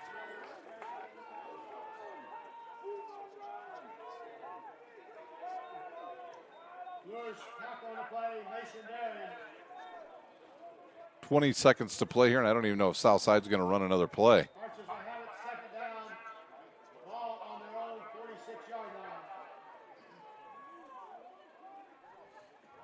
English now rolls again. He'll look, he'll fire it back over the middle, and it's dropped. Pass goes incomplete.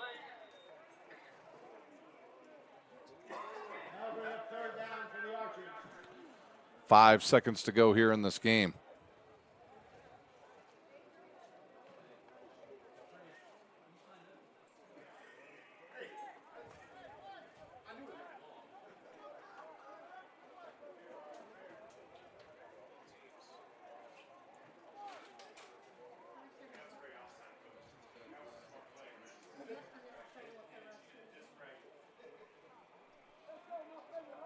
Third down and 14 from the 46. Just 5 seconds to play. Snap. He'll look. He'll take a shot deep.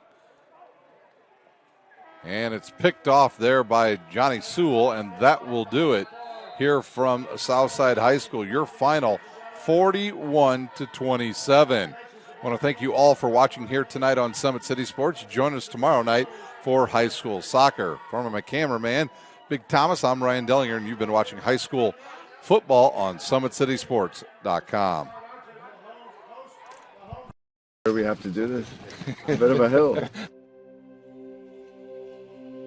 His mother said, if you're coming to school, you got to bring your sister because they have to go and work in the fields. So this kid carries his 1-year-old sister everywhere.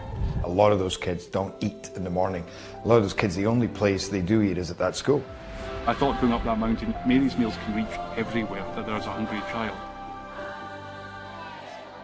Do you see what happens after a simple meal? It just came to life. Love reaches everywhere.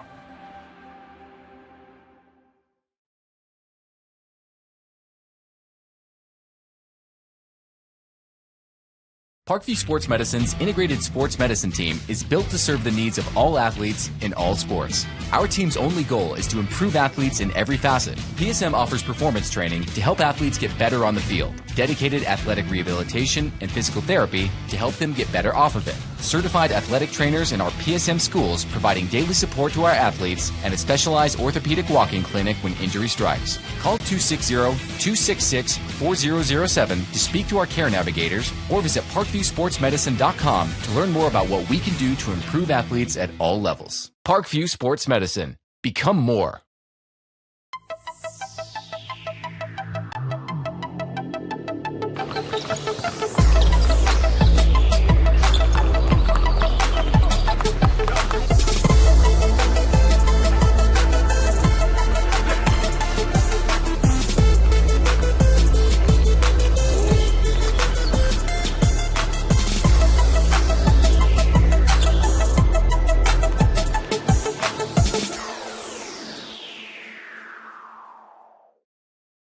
Welcome to the Summit City, home to the 260's dedicated high school athletes and fans. Each victory and celebration captured by our cameras.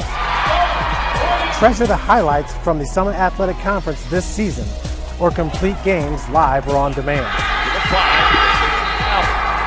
After all, nobody's more proud to call Fort Wayne home than SummitCitySports.com. Joint pain, sprains, strains, or a possible broken bone? Make the Parkview Ortho Express walk-in clinic your first stop when you have an orthopedic or sports injury. Parkview Ortho Express, located at the Sport One Parkview Fieldhouse, gives you access to quick care and orthopedic physicians when you need it most. Get x-rays, treatment, and referrals to Parkview Care, all in the convenience of a walk-in clinic. Call 260-266-4007 for more information. I was once a Southside kid who was led on a journey by high school football. A journey that taught me discipline, toughness, and the skills that made me a success. As a businessman with a CPA license who owns his own firm, I still use the building blocks of high school sports in my everyday life. Someday sports will end no matter what level you reach, but you will be left with the skills to compete in the next game, the game of life. Someday, you'll get your knee replaced. Someday, a new hip. Someday can be sooner than you think. At Parkview Ortho Hospital, we want to help you get moving again. So we offer a full range of options for joint pain, including outpatient joint replacements and personalized solutions. It's time to reclaim your life at Parkview Ortho Hospital, because someday is today. Learn more at parkview.com/ortho. Parkview, we believe in better. Thank you for watching Summit City Sports. To help broaden our coverage, we're asking you to become a monthly sponsor to our Patreon account. We produce weekly highlights and live video broadcast. When the Homestead Girls Golf Team won its first state title in program history, we were there. When Fort Wayne brought back 3 state titles in cross country, we were there. We believe in sharing positive stories and setting the standard for how high school sports should be covered. Join us and donate today.